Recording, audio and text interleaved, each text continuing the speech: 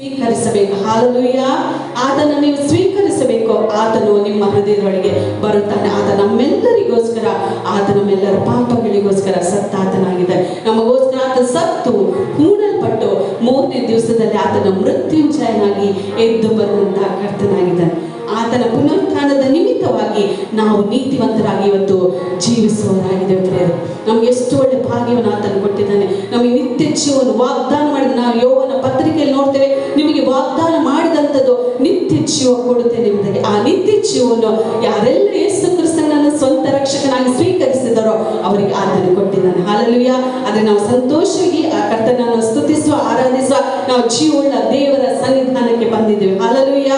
ನಮ್ಮ ಮನಸ್ಸನ್ನು ಆತನು ಪರಿಶುದ್ಧ ರಕ್ತದಿಂದ ನಮ್ಮನ್ನು ಶುದ್ಧೀಕರಿಸಿ ನಾವು ಜೀವವುಳ್ಳ ದೇವರನ್ನು ಆರಾಧಿಸುವಂತೆ ಆತ ನಮ್ಮನ್ನು ಮಾಡಿದ್ದಾನೆ. ಪ್ರಿಯರೇ, hallelujah. Thank you father, we praise you master. ನಾವು ಕರ್ತನ ಸನ್ನಿಧಾನದಲ್ಲಿ ಎಲ್ಲರೂ ಎದ್ದು ನಿಂತುಕೊಳ್ಳೋ ಪ್ರಿಯರೇ, ಆತನ ಸ್ತುತಿಸು. Hallelujah. Thank you Father, hallelujah.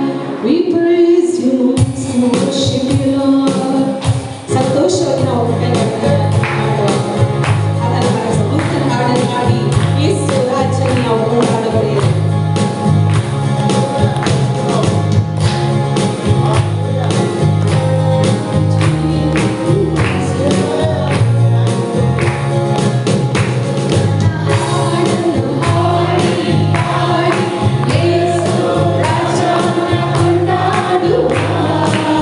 One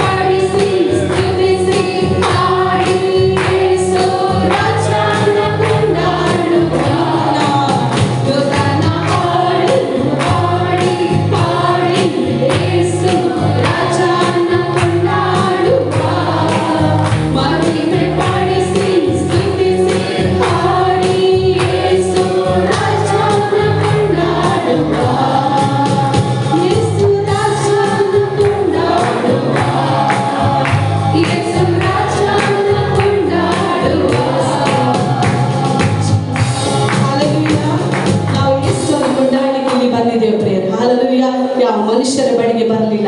ದೇವರ ಬಳಿಗೆ ಬರುವವನು ದೇವರು ಇದ್ದಾನೆ ಮತ್ತು ಆತನನ್ನು ಹುಡುಕುವವರಿಗೆ ಪ್ರತಿಫಲನ ಕೊಡುತ್ತಾನೆ ಎಂದು ನಂಬುವುದು ಅವಶ್ಯಕವಾಗಿದೆ ದೇವರ ವಾಕ್ಯ. ಅದು ನಾವು ಸಂತೋಷಕ್ಕೆ ಹಾಡಿಕೊಳ್ಳುವ ಯೇಸುನೇ ಹಮ್ಮೆ ಚುಡಾಯ ಹಾಯ್. ಯಾವುದರಿಂದ ಆತ ನಮ್ಮನ್ನು ಬಿಡುಗಡೆಗೊಳಿಸಿ ನಡೆಸಿದೆ? ಎಲ್ಲ ಪಾಪಗಳಿಂದ, ಎಲ್ಲ ಶಾಪಗಳಿಂದ, ಎಲ್ಲ ರೋಗಗಳಿಂದ ಆತನು ನಮ್ಮನ್ನು ಬಿಡುಗಡೆಗೊಳಿಸಿದ್ದಾನೆ. ಹಾಲೆಲೂಯ. ಅಂತ ಜೀವ ಸ್ವರೂಪನಾದ ಕರ್ತನನ್ನು ನಾವು ಆರಾಧಿಸುವ. Thank you father.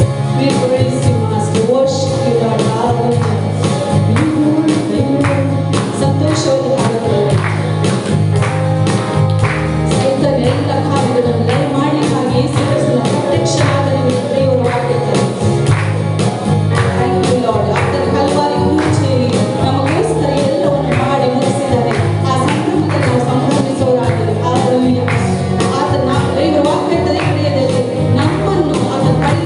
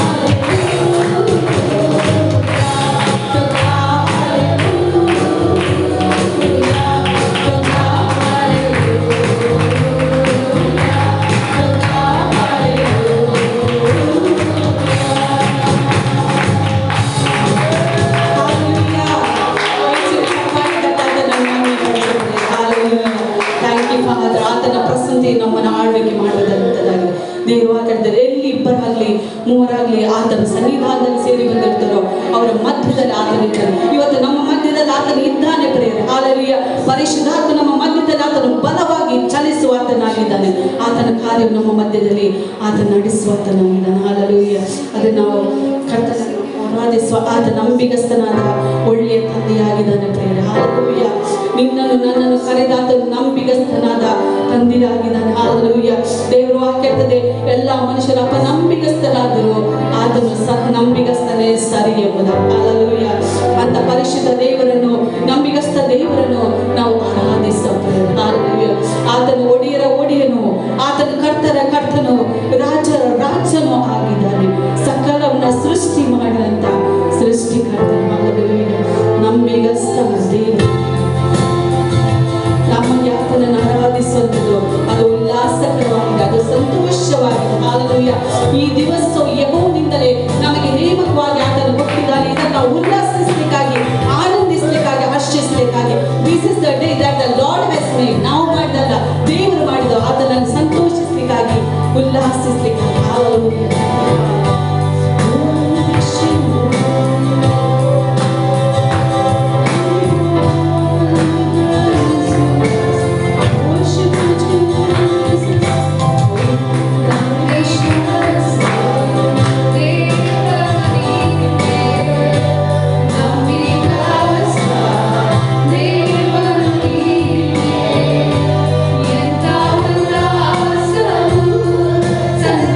ಸಂತೋಷ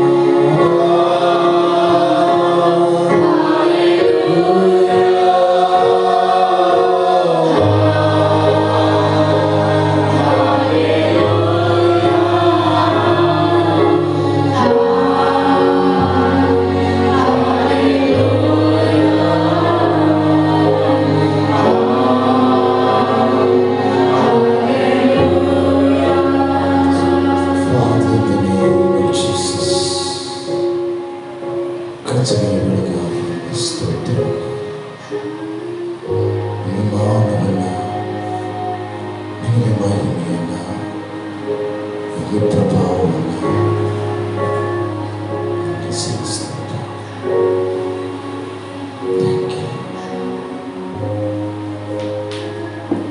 ಪ್ರತಿಯೊಂದು ಹೃದಯವು ಕರ್ತನ ನಾಮವನ್ನು ಘೋಷಿಸುವಾಗ, ಕರ್ತನ ನಾಮವನ್ನು ಮಹಿಮೆಪಡಿಸುವಾಗ ಆ ನಾಮದ ಮಹತ್ವವು, ಆ ನಾಮದ ಮಹಿಮೆಯು, ಆ ನಾಮದ ಎಲ್ಲ ಒದಗಿಸುವಿಕೆಯು, ಆ ನಾಮದ ಅಭಿಷೇಕವು, ಆ ನಾಮದ ದಯೆಯು, ಆ ನಾಮದಲ್ಲಿರುವಂಥ ಅನುಗ್ರಹವು ಪ್ರತಿಯೊಬ್ಬರ ಜೀವಿತದಲ್ಲಿ ವ್ಯಾಪಿಸಬೇಕಂತೆ. ಎಸ್, ಕರ್ತನ ಅಭಿಷೇಕ, ಆತನ ದಯೆಯು ಪ್ರತಿಯೊಬ್ಬರ ಜೀವಿತದಲ್ಲಿ ವ್ಯಾಪಿಸುವಂತೆ ಆತನ ವಚನವನ್ನು, ಆತನ ಆತ್ಮಜಾಮೆಯನ್ನು ನಮ್ಮ ಮಧ್ಯದಲ್ಲಿ ಮಹಿಮೆಪಡಿಸುವಂತೆ, ಆತ್ಮೀಯ ಪ್ರತಿಯೊಂದು ಮನೋನಿಂಚಲುಗಳು ಯೇಸುವಿನ ನಾಮದಲ್ಲಿ ತೆರೆಯಲ್ಪಟ್ಟಂತೆ ಕರ್ತನ ವಚನಗಳು ನಂಬುವವರ ಜೀವಿತದಲ್ಲಿ ಬಲವಾಗಿ ಕಾರ್ಯ ಮಾಡುವಂತೆ ದೇವ ಮಹಿಮೆಯು ಆತನ ವಾಕ್ಯದಲ್ಲಿ ಈ ಸಮಯದಲ್ಲಿ ಕರ್ತನೆ ಅದು ಪ್ರಕಟವಾಗುವ ಹಾಗೆ ಕರ್ತನೆ ನಿನ್ನ ವಚನವನ್ನ ನೀನು ಮಹಿಮೆಪಡಿಸು. ನಿನ್ನ ವಚನವನ್ನ ಕರ್ತನೆ ನಿನ್ನ ಮಧ್ಯದಲ್ಲಿ, ಯಾಕಂದ್ರೆ ನೀನು ವಾಗ್ದಾನ ಮಾಡಿದ್ದೀಯ, ನೀನು ಹೇಳಿದ್ದೀಯ ಕರ್ತನೆ. ಆ ನನ್ನ ವಚನವು ಅದು ಜೀವವಾಗಿಯೂ ಆತ್ಮವಾಗಿಯೂ ಅದೇ. ನಾವೆಲ್ಲರೂ ಮಗಗಳನ್ನು ಚಾಚೋಣ.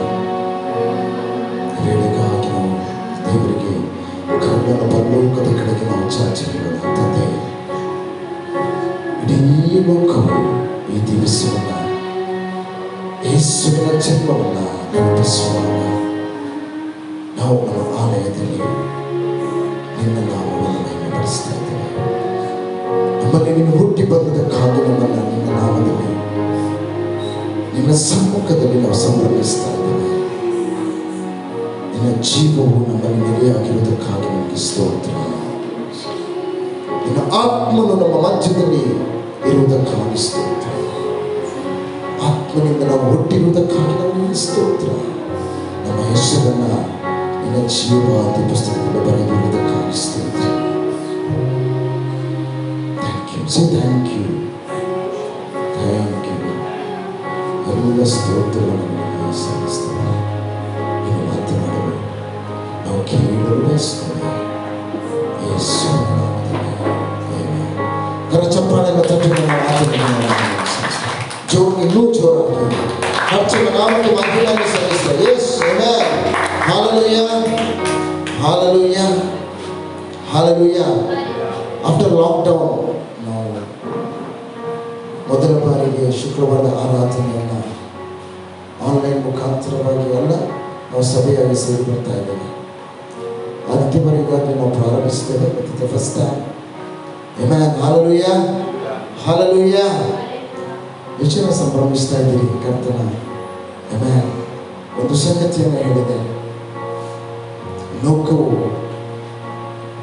ಕ್ರಿಸ್ತನ ಜನ್ಮವನ್ನು ನೆನೆಸ್ತಾ ಇಡೀ ಲೋಕವು ಸಂಭ್ರಮಿಸ್ತಾ ಇದೆ. ಆದರೆ ಪರಲೋಕ ಸಂಭ್ರಮಿಸುವಂಥದ್ದು ಬಹಳ ವಿಶೇಷವಾಗಿದೆ. ಒಬ್ಬನು ಯೇಸುವಿನಲ್ಲಿ ಹುಟ್ಟುವಾಗ ಪರಲೋಕವು ಸಂಭ್ರಮಿಸ್ತದೆ. ಆಮೆನ್. ಹಲ್ಲೆಲೂಯಾ. ಹಾಗಾದರೆ ಈ ಲೋಕದಲ್ಲಿ ವರ್ಷಕ್ಕೆ ಒಂದು ಬಾರಿ ಸಂಭ್ರಮ, ಪರಲೋಕದಲ್ಲಿ ಪ್ರತಿ ಬಾರಿ ಸಂಭ್ರಮ. ಆಮೆನ್. ಹಲ್ಲೆಲೂಯಾ. ಯಾಕೆಂದರೆ ಪ್ರತಿ ಕ್ಷಣಗಳು ಈ ಆತ್ಮಗಳು ಕ್ರಿಸ್ತನಲ್ಲಿ ಹುಟ್ಟುತ್ತಾ ಇರ್ತವೆ. ಎಲ್ಲಿ ತನಕ ಈ ಆತ್ಮಗಳು ಕ್ರಿಸ್ತನ ರಾಜ್ಯದಲ್ಲಿ ಬರ್ತಾ ಇರ್ತವೋ ಅಲ್ಲಿ ತನಕ ಪರಲೋಕದಲ್ಲಿ ಸಂಭ್ರಮವು ನಡೆಯುತ್ತಾ ಇರ್ತದೆ. ಆಮೆನ್. ಒಂದು ಕ್ಷಣ ಅಲ್ಲ, ಒಂದು ನಿಮಿಷ ಹೇಳೋಣ. ಇನ್ನು ಮುಂದಿನ ಸಮಯದಲ್ಲಿ, ಮುಂದಿನ ದಿವಸದಲ್ಲಿ ಪರಲೋಕಗಳಿಗೆ ಸಮಯವೇ ಇರಬಾರದು. ಯಾಕಂದ್ರೆ ಹೇಳೋಣ, ಸಂಭ್ರಮಿಸಲಿಕ್ಕೆ ಇನ್ನೂ ಇಲ್ಲ. ಹೇಳೋಣ, ಇನ್ನು ಸಮಯ ಬ್ರೇಕ್ ಇಲ್ಲ. ಪರಲೋಕದಲ್ಲಿ ಸಂಭ್ರಮಕ್ಕೆ ಬ್ರೇಕ್ ಇಲ್ಲದ ಸಮಯ ಇದು ಬರುವಂಥದ್ದಾಗಿದೆ. ಅದರ ಅರ್ಥ ಆತ್ಮಗಳು ಹುಟ್ಟುವಂಥದ್ದು, ಅದು ನಿಲ್ಲುವುದೇ. ಇದುವೇ ಇವತ್ತಿನ ಕ್ರಿಸ್ತನ, ಯಾಕಂದರೆ ಕ್ರಿಸ್ಮಸ್ ಸಂದೇಶದ ಶುಭ ಸಂದೇಶವಾಗಿದೆ. ಯಾಕಂದರೆ ಈ ಲೋಕದಲ್ಲಿಯೂ ಸಂಭ್ರಮ, ಪರಲೋಕದಲ್ಲಿಯೂ ಸಂಭ್ರಮ. ಸೆರಾಫಿ ಕಿರೂಬಿಗಳ ದೇವದೂತರ ಮಧ್ಯದಲ್ಲಿ 24 ಹಿರಿಯರ ಮಧ್ಯದಲ್ಲಿ ಖರ್ಚುನು, ತ್ರೈಕ್ಯದ ಖರ್ಚುನು ಎಲ್ಲರೂ ಸಂಭ್ರಮಿಸುವಂತಹ ಸಮಯ. ಹೇಳೋಣ, ಇನ್ನು ಮುಂದಿನ ದಿವಸದಲ್ಲಿ ಒಂದು ಕ್ಷಣ ಅಲ್ಲ, ಒಂದು ದಿವಸವಲ್ಲ, ನಮ್ಮ ಜೀವಿತದಲ್ಲಿಯೂ ನಮ್ಮ ಆತ್ಮದಲ್ಲಿಯೂ ನಾವು ಪ್ರತಿ ಕ್ಷಣಗಳು ಸಂಭ್ರಮಿಸುವ ಕ್ಷಣಗಳಾಗಿದೆ. ಈ ಶುಭ ಸಂದೇಶದ ಮುಂಚೆ ನಾವು ಉತ್ತೇಜನ ವಾಕ್ಯವನ್ನು, ಈ ಕ್ರಿಸ್ಮಸ್ ಸಂದೇಶದ ಉತ್ತೇಜನ ವಾಕ್ಯವನ್ನು ಮಧ್ಯದಲ್ಲಿರುವಂಥ ಸೋದರ ವಿಲ್ಸನ್ ಬ್ರದರ್ ಬಂದು ಸ್ವಲ್ಪ ಒಂದು ನಿಮಿಷ ಅವರು ಎನ್ಕರೇಜ್ ಮಾತನಾಡ್ತಾರೆ. ಆಮೇಲೆ ನಾವು ತಿರುಗಿ ನಮ್ಮ ಸ್ವಲ್ಪ ಹೊತ್ತು ದೇವರ ವಚನದ ಕಡೆಗೆ, ಕರ್ತನ ಸಂದೇಶದಲ್ಲಿ ಹೋಗಲೆಲ್ಲ ನಮ್ಮ ಕರಚಪ್ಪಾಳೆಯನ್ನು ತಟ್ಟಿ ಹಲ್ಲೆಲೂಯಾ, ಹಲ್ಲೆಲೂಯಾ.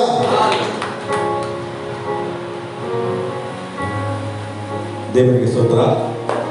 ಇವತ್ತು ನಾವು ಎಲ್ಲ ಪ್ರಪಂಚ ಹೆಚ್ಚಿನಾಗಿ ಅಂದರೆ 70-80% ಯೇಸುವಿನ ಇವತ್ತು ಜನನವನ್ನು ಎಲ್ಲರೂ ಸಂಭ್ರಮದಿಂದ ಮಾಡಿದ್ದಾರೆ.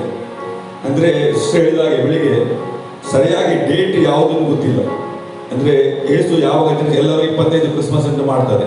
ಕೆಲವರು ನಾನು ನೋಡಿದ್ದೇನೆ, ನಾನು ಗಲ್ಫಲ್ಲಿರುವಾಗ ಕೆಲವರು ಜನವರಿಯಲ್ಲಿ ಅಂಬರಿಸ್ತಾರೆ, ಕೆಲವರು ಏಪ್ರಿಲಲ್ಲಿ ಅಂಬರಿಸ್ತಾರೆ. ಅಂದರೆ ಡೇಟ್ ಯಾರಿಗೂ ಗೊತ್ತಿಲ್ಲ. ಆದರೆ ಯಾವಾಗ ನಾವು ಯೇಸು ನಂಬ್ತಿರಲ್ಲ ಅದೆಲ್ಲ ದಿನ ನಮಗೆ ಕ್ರಿಸ್ಮಸ್, ಕರೆಕ್ಟ್ ಅಲ್ಲ? ನಾನು ಮೊದಲು ನಮ್ಮ ಸಂಪ್ರದಾಯ ಇರುವಾಗ ಎಂತ ಗೊತ್ತುಂಟ, ಆ ಭಾರಿ 25 ಜನರಿಗಿಂತ 1 ಜನರಿಗೆ ಭಾರಿ ಖುಷಿ. ಡ್ಯಾನ್ಸ್ ಮಾಡೋದು ಕುಡಿತಿರ್ಲಿಲ್ಲ, ಆದರೆ ಡ್ಯಾನ್ಸ್ ಮಾಡೋದು ಮಾತ್ರ ಉಂಟಲ್ಲ, 1 ಜನರಿಗೆ ಅಂದ್ರೆ ಬಟಲ್ಲ.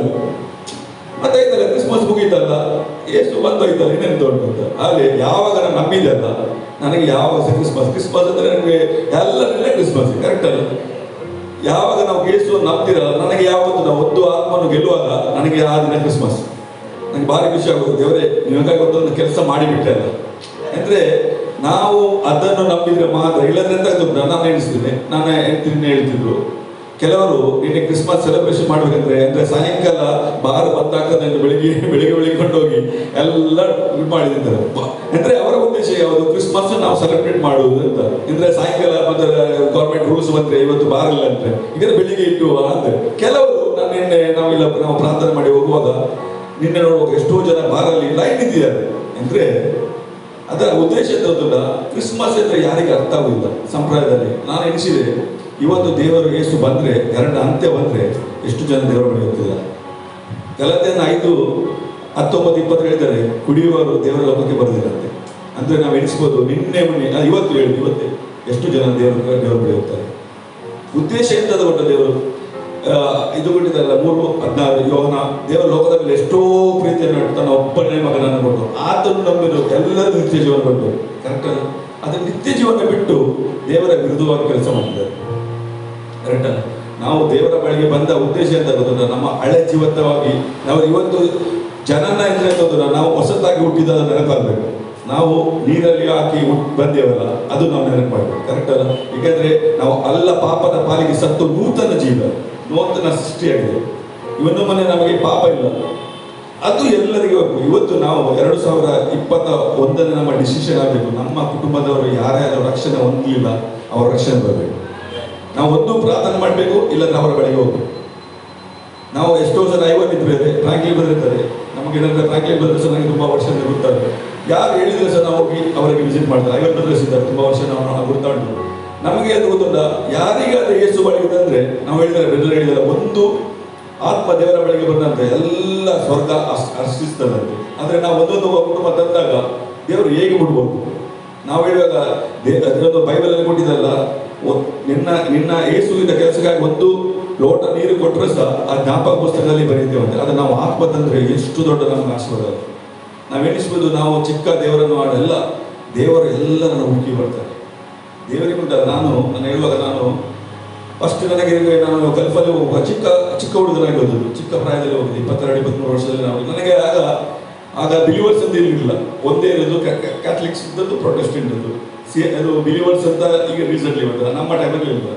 ಆಗ ನಾನು ಹೋಗುವಾಗ ನಾನು ಒಂದ್ಸರಿ ನನಗೆ ಪ್ರೊಟೆಸ್ಟೆಂಟ್ ಹತ್ತಿರ ಹೋಗೋದ್ರೆ ಎಂತ ಗೊತ್ತಿಲ್ಲ, ಇವರು ನಮ್ಮನ್ನು ಬದಲಾವಣೆ ಮಾಡ್ತಾರೆ, ಕ್ಯಾಥಲಿಕ್ ಅನ್ನು ಪ್ರೊಟೆಸ್ಟೆಂಟ್ ಮಾಡ್ತಾರೆ, ಆ ಮನಸ್ಸಲ್ಲಿ ನಮ್ಮ ಮಂಡಲ ಆಗಿ ಬಿಲಿವರ್ಸ್ ಅಂತ ಗೊತ್ತೇ ಇಲ್ಲ. ಒಂದ್ಸರಿ ನಾನು ನನ್ನ ಹೆಂಡತಿಯ ಅಕ್ಕ ಹೇಳಿದ್ರು ಒಂದ್ಸರಿ ಬಾ ಅಂತ, ನಾನು ಅಲ್ಲಿಗೆ ಹೋದೆ.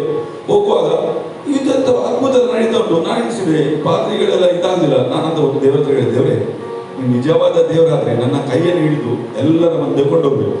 ದೇವರು ಇಂಗ್ಲೆಂಡಿಂದ ಒಬ್ಬನ ಕುವೇಟನ್ನು ತಂದು ಆ ಟೆಲಿವಿಷನ್ ಚಾನಲ್ನಲ್ಲಿ ಹಾಕಿದ್ರು. ಅಂದರೆ ನಾವು ಚಿಕ್ಕ ಕಾರಣ ಇರ್ಬೋದು ದೇವರ ಹತ್ರ, ದೇವರೇ ನನ್ನ ಒಂದು ನಂಬಿಕೆಯನ್ನು ಪ್ರೂವ್ ಮಾಡಿದರು. ದೇವರು ಎಲ್ಲಿಂದ ಕಳಿಸೋದು, ಇಂಗ್ಲೆಂಡಿಂದ ಕುವೇಟಿಗೆ ತಂದು ಟಿವಿ ಚಾನಲ್ ಆಗಿದೆ. ಅಂದರೆ ದೇವರಿಗೆ ನಮ್ಮ ಮೇಲೆ ಎಷ್ಟೋ ಪ್ರೀತಿ ಇರ್ಬೋದು.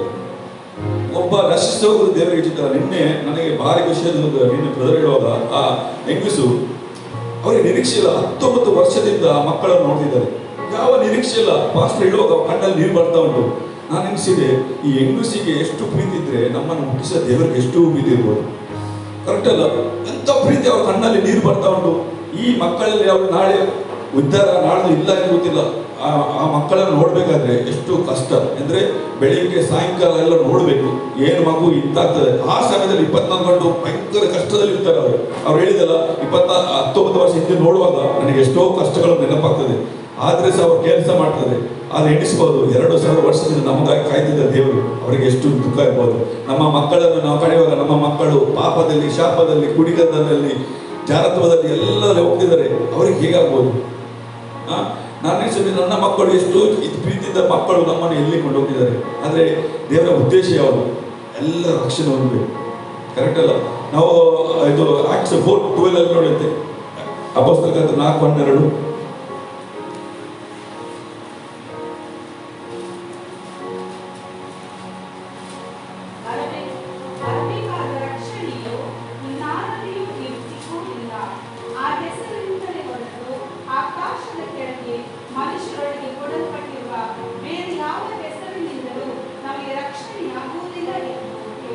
ಈಗ ಬರಬಾರದ ರಕ್ಷಣೆ ಇನ್ಯಾರ ನಾಮದಲ್ಲಿ ಸಿಗುವುದಿಲ್ಲ.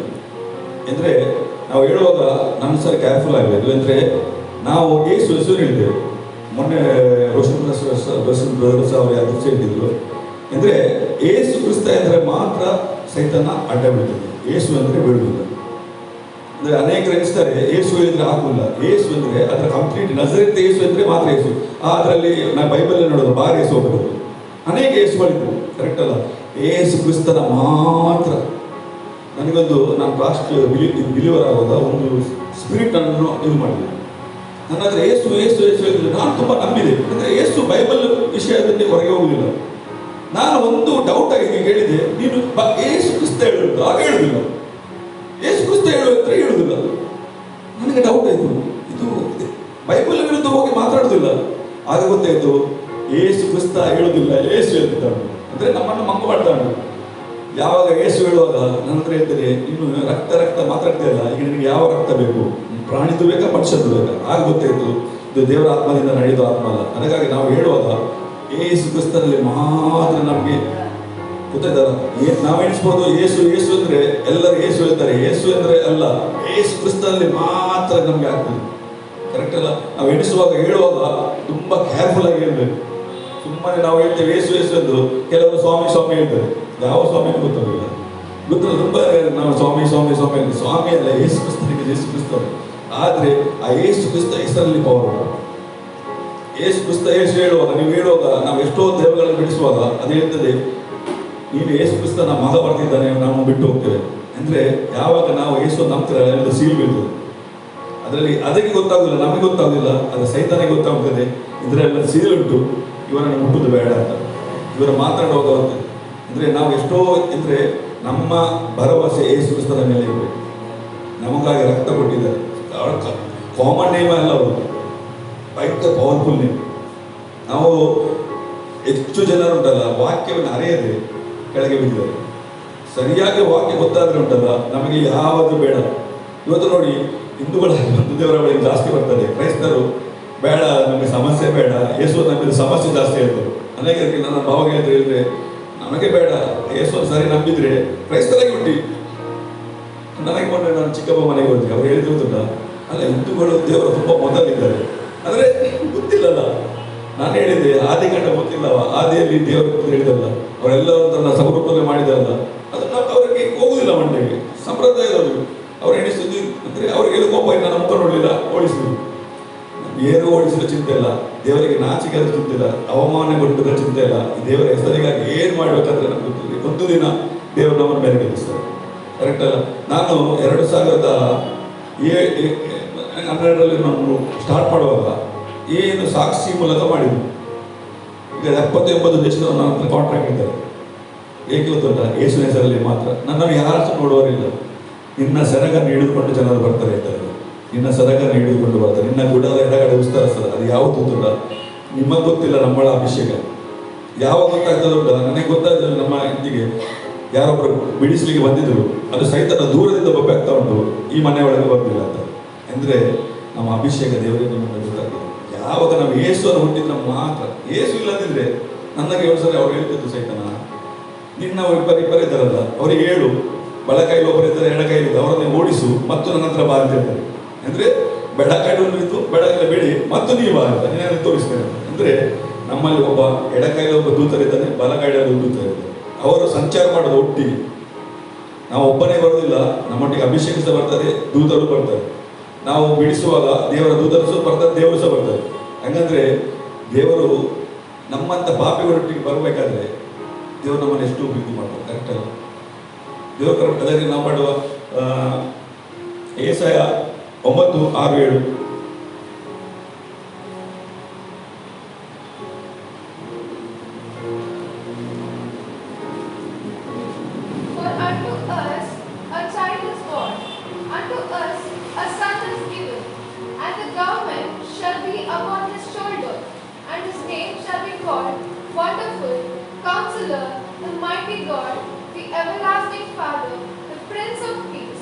Of the increase of his government and peace there shall be no end upon the throne of David and upon his kingdom, to order it and to establish it with judgment and with justice from henceforth, even forever. The zeal of the Lord of hosts will perform this. ಕನ್ನಡದಲ್ಲಿ ಒಂದು ಮಗನ ಮಗ ಗೊತ್ತಿದ್ದ, ವರದ ಮಗದ ನಮಗೆ ದೊರೆತನು, ಆಡಳಿತದ ಅವನ ಬಾವಿನ ಮೇಲಿರುವುದು ಅದ್ಭುತ ಸ್ವರೂಪನು. ಈಗ ತನಕ ಅದ್ಭುತ ಸ್ವರೂಪನಾಗಿದೆ.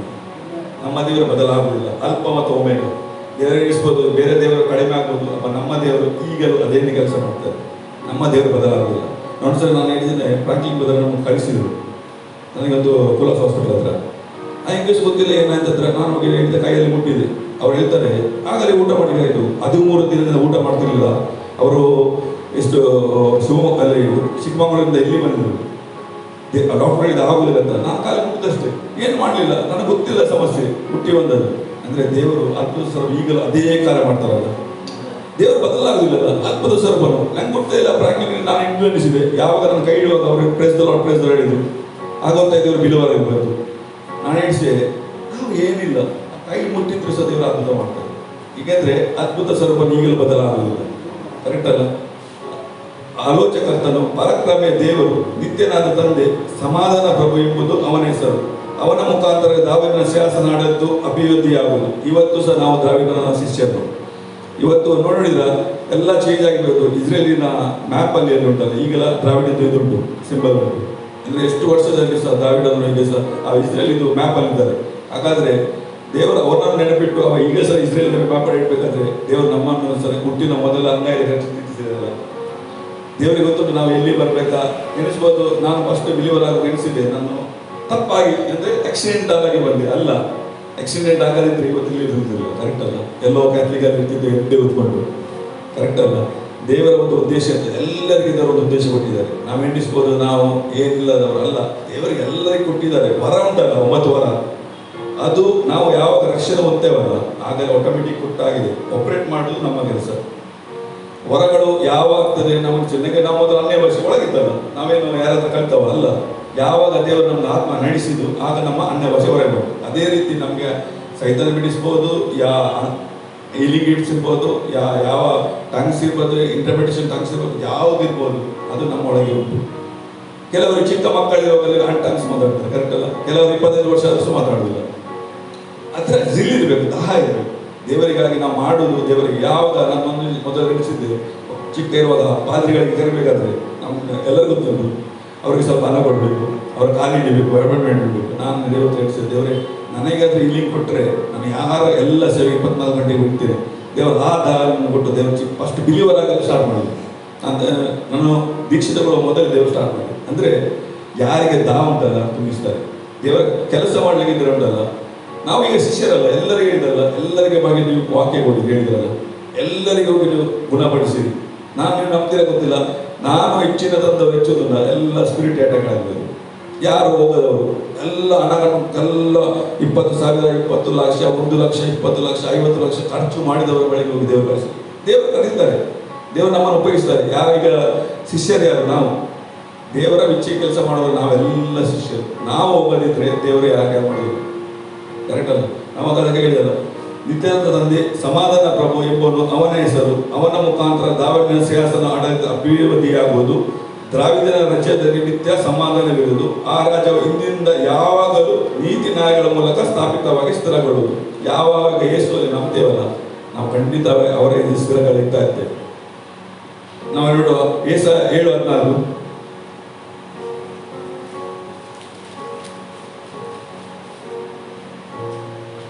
Therefore the Lord himself shall give you a sign. Behold, a virgin shall conceive and bear a son, and shall call his name Emmanuel. ಇದರಿಂದ ಕರ್ತನು ತಾನೇ ನಿಮಗೆ ಒಂದು ಗುರುತನ್ನು ಕೊಡುವನು. ಇದು ಒಬ್ಬ ಕನ್ನಿಕೆಗೆ ಗರ್ಭಿಣಿಯಾಗಿ ಮಗನನ್ನು ಪಡೆದು ಅವನಿಗೆ ಇಮ್ಯಾನ್ಯುಯಲ್ ಎಂದು ಹೆಸರಿಡುವರು. ಇಮ್ಯಾನ್ಯುಯಲ್ ಅಂದರೆ ದೇವರು ನಮ್ಮೊಟ್ಟಿಗಿದ್ದಾರೆ. ನಾವು ಕ್ಯಾಥಲಿಕ್ಸ್ ಅಲ್ಲಿ ಹೇಗೆ ಹೇಳಿದ್ರೆ ಕ್ರಿಸ್ತ ಅಂತ. ಕ್ರಿಸ್ತ ಅಂದರೆ ಕ್ರಿಸ್ತನು ನಾನು ಅಂತ. ಅದು ನಾವು ಹೇಳಿದ್ದು ಎಲ್ಲರೂ ಹೇಳ್ತಾರೆ. ಕ್ರಿಸ್ತ ಅಂದರೆ ಕ್ರಿಸ್ತನು ನಾನು ಅಂತ. ಆದರೆ ಅದರ ಉದ್ದೇಶ ಯಾರಿಗೂ ಗೊತ್ತಾಗಲಿಲ್ಲ. ನಾವೆಣಿಸೋದು ನಾವು ಹೆಚ್ಚಿನ ಹೇಗೆ ಎಣಿಸೋದನ್ನ ನಾವು 24 ಎಲ್ಲ ಕುಡಿದು ಎಲ್ಲ ಜನರಿಗೆ ಸ್ವಲ್ಪ ಊಟ ಕೊಟ್ಟರೆ ನಾವು ದೇವರ ಬಳಿಗೆ ಹೋಗ್ತಾರೆ ಎಣಿಸ್ತಾರೆ. ಎಲ್ಲ ಹೆಚ್ಚಾಗಿ ಎಣಿಸೋದಂತ ಗಲ್ಫಲ್ಲಿ ಹೋಗ್ತಾರೆ, ಒಂದು ದಿನ ಎಲ್ಲರಿಗೆ ಊಟ ಕೊಡಿಸ್ತಾರೆ. ಅದು ಎಣಿಸ್ತಾರೆ ಅಂತ ನನ್ನ ಪಾಪ ಎಲ್ಲ ಪರಿಸರ ಆಯಿತು ನನಗೆ. ಅದು ಉತ್ತಮಗಳು, ಅದು ಬೇರೆ. ಆದರೆ ನಮ್ಮ ಪರಿಶುದ್ಧ ಜೀವನ ಬೇರೆ. ಜನರಿಗೆ ಕೊಡುವುದು ಅದು ಎಲ್ಲ ಬೇರೆ. ಆದರೆ ಪರಿಶುದ್ಧವಾಗಿರೋದು ದೇವರು. ನಮ್ಗೆ ಗೊತ್ತಿರಲಿಲ್ಲ. ಈಗ ಹೇಳ್ತಾರೆ, ನಾನು ಹೀಗೆ ಕೊಟ್ಟರೆ ನನ್ನ ಪಾಪ ಹೋಗ್ತಲ್ಲ. ಪಾಪ ಹೋಗುದಲ್ಲ, ಪಾಪ ಎಂದು ಅವ್ರು ಎಣಿಸ್ತಾರೆ. ನಾವು ಹೋಗಿ ಈಗ ನೋಡಿ, ನಾವು ಫಾದರ್ ಹತ್ರ ಬಗ್ಗೆ ಒಂದು ಫಾದರ್ ನಾವು ಮೊದಲು ಮಾಡ್ತಿದ್ದೆವು. ನಮ್ಮ ಪಶ್ಚಾದ ನಮಗೆ ಅರ್ಧ ನಾಚಿಕೆ ಹೇಳಲಿಕ್ಕೆ. ಏನು ಹೇಳೋದು? ಅರ್ಧ ನಮಗೆ ಹೇಳೋದು ಸಂಗತಿ ಹೇಳ್ತೇವೆ, ಹೇಳೋದು ಸಂಗತಿ ಹೇಳ್ತೇವ? ಇಲ್ಲ, ಕರೆಕ್ಟ್. ನಾವು ಹೇಗೆ ಹೇಳೋದು? ಆ ದೇವರ ಹತ್ರ ಯಾವಾಗ ನಾನು ದೇವರ ಹತ್ರ ನಂಬಿ ಪ್ರಾರ್ಥನೆ ಮಾಡಲಿಕ್ಕೆ ಸ್ಟಾರ್ಟ್ ಮಾಡಿದೆ, ದೇವರೇ ಇವತ್ತು ನನಗೆ ಪಾಪ ಗೊತ್ತಿದ್ದು ಮಾಡುವಾಗ ಡೈರೆಕ್ಟ್ ಹೇಳುವಾಗ ದೇವರೇ ಶ್ರಮಿಸ್ತಾರೆ, ದೇವರು ಅದ್ಭುತ ಮಾಡ್ತಾರೆ. ಕರೆಕ್ಟ್ ಅಲ್ಲ? ನಾವು ತಪ್ಪು ಯಾವಾಗ ಸಹ ನಾವು ಯಾರು ಸಹ ಪರಿಶುದ್ಧ ಯಾರಿಲ್ಲ, ಪಾಪ ಮಾಡೋದು ಯಾರು ಸಹ ಇಲ್ಲ. ಡೈಲಿ ನಾವು ಪಾಪ ದೇವರ ಹತ್ರ ಕ್ಷಮೆ ಕೇಳುವಾಗ ದೇವರು ಕ್ಷಮೆ ಮಾಡ್ತಾರೆ. ದೇವರು ಅದ್ಭುತ ಮಾಡೋ ದೇವರು. ಕ್ಷಮೆ ಹೋದರೆ ಅದಕ್ಕೆ ಹೇಳಿದಲ್ಲ, ಎಷ್ಟು ಸರಿ ನಾವು ಕ್ಷಮಿಸಬೇಕು? 70 ಅಂದರೆ ಅನ್ಲಿಮಿಟೆಡ್ ಟೈಮಲ್ಲಿ ನೀವು ಹಾಗೆಯೇ ನಾವು ಪ್ರಾರ್ಥನೆ ಮಾಡುವಾಗ ನಮ್ಮ ದೇವರು ನಮ್ಮನ್ನು ಉದ್ದೇಶ ಯಾವುದು ಹುಟ್ಟಿದ್ದು ಎಲ್ಲರೂ ದೇವರ ಬಳಿಗೆ ಬರಬೇಕು. Heaven should be full. ಆದರೆ ಇವತ್ತು 2021 ನಮ್ಮ ಒಂದು ಕರ್ತವ್ಯ ಉಂಟು. ನಾವೆಲ್ಲರೂ ದೇವರ ಬಳಿಗೆ ಹಾಕಿಕೊಳ್ಬೇಕು. ನಮ್ಮ ಕುಟುಂಬದ ಎಷ್ಟೋ ಜನ ಇದ್ದಾರೆ. ನಾವು ಇವತ್ತು ಹೋಗದಿದ್ರೆ, ನಾವು ಇವತ್ತು 2 ಕುಟುಂಬ ಇದೆ, ಒಂದು ಕುಟುಂಬ ಉಂಟು. ನಾನು ಆ ಮನೆಗೆ ಹೋಗಿ ಡೈಲಿ ಹೋಗೋದಿದ್ರೆ, 5 ವರ್ಷ ಹೋಗೋದಿದ್ರೆ ಇವತ್ತು ಇರ್ತಿಲ್ಲ. ಕರೆಕ್ಟ್ ಅಲ್ಲ? ನಾವು 5 ವರ್ಷ ಒಂದೊಂದು ಆತ್ಮಗಳಿಗೆ ಕಳೆದ 5 ವರ್ಷ ಮಾಡಿದ್ದೇವೆ, 3 ವರ್ಷ ಹೋಗಿದೆ, ನಮಗೇನು ಲಾಭ ಇಲ್ಲ. ಆದರೆ ಅವರು ಆಶೀರ್ವಾದ ಪಡುವಾಗ ನಾವು ಆಶೀರ್ವಾದ ಪಡ್ತೇವೆ. ಕರೆಕ್ಟ್ ಅಲ್ಲ? ದೇವರು ಮಾಡೋ ಅದು ಡಬಲ್ ಶಾಟ್ ಇರ್ತದೆ, 2 ಇಂಚು.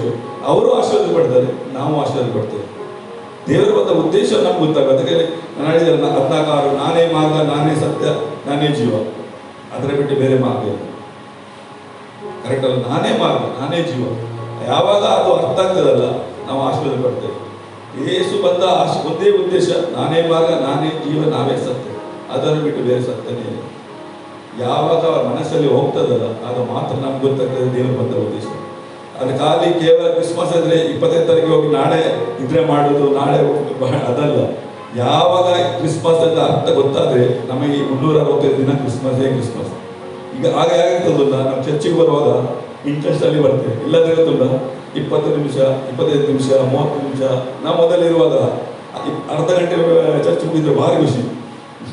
ಅಂದರೆ ನಮಗೆ ಅರ್ಥ ಯಾವಾಗ ಪ್ರೀತಿ ಗಳಿಸಿದಾಗ ನಮಗೆ ಲೇಟ್ ಬರೋಕ್ಕೆ ಮನಸ್ಸಾಗೋದಿಲ್ಲ. ನಾನು ಒಂದ್ಸಲ ಹೇಳ್ತೇನೆ ಅದ ಇದರ ವಿಷಯ, ನಾನು ನೆಕ್ಸ್ಟ್ ಟೈಮ್ ಹೇಳ್ತೇನೆ ಸಮಯದ ಬಗ್ಗೆ ಹೇಗೆ ಬರ್ತದೆ, ದೇವರು ಸಮಯನ ಹೇಗೆ ಇದು ಮಾಡ್ತಾರೆ ಅಂತ ನೆಕ್ಸ್ಟ್ ಟೈಮ್ ಹೇಳ್ತೇನೆ. ದೇವರಿಗೆ ಸ್ತೋತ್ರ.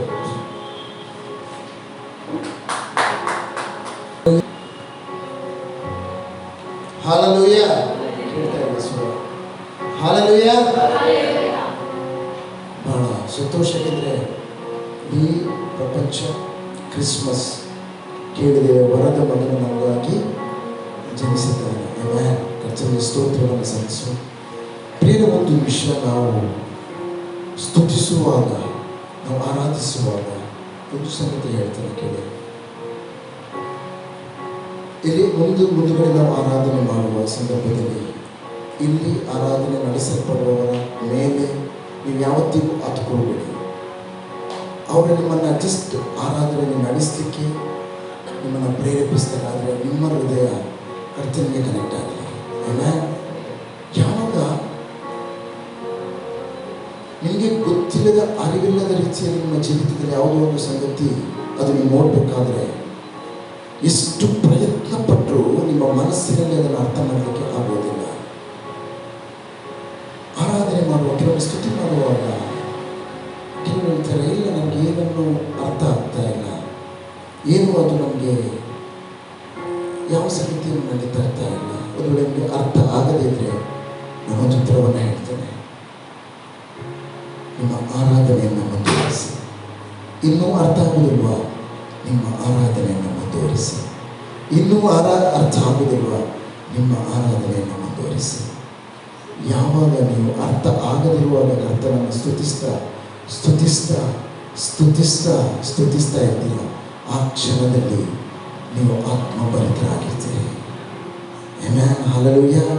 ನಾನು ಆರಂಭದ ದಿನಗಳಲ್ಲಿ ಮಾಡ್ತಾ ಇದ್ದಿದ್ದಿಷ್ಟೇ, ಯಾವ ಇನ್ಸ್ಟ್ರೂಮೆಂಟು ಇರಲಿಲ್ಲ. ಆಗ ಇಷ್ಟು ಬಹಳ ದೊಡ್ಡ ವಚನಗಳು ಗೊತ್ತಿರಲಿಲ್ಲ. ಒಂದು ಗೊತ್ತಿತ್ತು, ಯೇಸು ಅಂತಂದರೆ ಯೇಸು ಕ್ರಿಸ್ತನ ಬಗ್ಗೆ ಮಾತ್ರ ಬಿಟ್ಟರೆ, ಯೇಸುವಿನ ಬಗ್ಗೆ, ಯೇಸು ಕ್ರಿಸ್ತನ ಬಗ್ಗೆ ಆತನಿಗೋಸ್ಕರ ಮರಣವನ್ನು ಹೊಂದಿದ್ದಾನೆ ಹೇಳುವಂಥದ್ದು ಈ ಸತ್ಯವನ್ನು, ಆತನಿಗೋಸ್ಕರ ಜೀವವನ್ನು ಕೊಟ್ಟಿದ್ದಾನೆ, ಆತನು ನಮಗೋಸ್ಕರ ಪುನರುತ್ಥಾನವನ್ನು ಮಾಡಿದ್ದಾನೆ ಬಿಟ್ಟರೆ ಉಳಿದ ಯಾರು ಗೊತ್ತಿರಲಿಲ್ಲ. ಒಂದು ಮೂಲೆಯಲ್ಲಿ ನಿಲ್ತಾ ಇದ್ದೆವು, ನಿಂತು ಕರ ಚಪ್ಪಾಳೆಯನ್ನು ತಟ್ಟುತ್ತಾ ಇದ್ದೆವು. ಯಾವ ಕೀಬೋರ್ಡ್ ಇರಲಿಲ್ಲ, ಯಾವ ಗಿಟಾರ್ಗಳಿರಲಿಲ್ಲ, ಯಾವ ನಡೆಸುವವರು ಇರಲಿಲ್ಲ. ನಾವು ಗುಂಪಾಗಿ ಸಣ್ಣ ಸಣ್ಣ ಗುಂಪುಗಳು 5-6 ಜನರು ಸೇರಿ ಆರಾಧನೆ ಮಾಡ್ತಾ ಇದ್ದೆವು. ಆದರೆ ಆ ಆರಾಧನೆ ಹೇಗಿತ್ತು ಗೊತ್ತಾ? ಒಂದು ಬಾರಿ ನಾವು ಕಣ್ಣುಗಳನ್ನು ಮುಚ್ಚಿ ನಾವು ಕರಗಳನ್ನು ತಟ್ಟಿ ಆರಂಭಿಸಿದರೆ ಅದು ನಿಲ್ತಾನೇ ಇರಲಿಲ್ಲ, ಅದು ನಿಲ್ತಾ ಇರಲಿಲ್ಲ, ಅದು ಹೋಗ್ತಾ ಇತ್ತು. ಅದು ನಮಗೆ ಇಷ್ಟ ಆಗಲಿ ಇಷ್ಟ ಆಗದಿರಲಿ, ಆದರೆ ನಾವು ಸ್ತುತಿಗಳು ಹೋಗ್ತಾ ಇತ್ತು.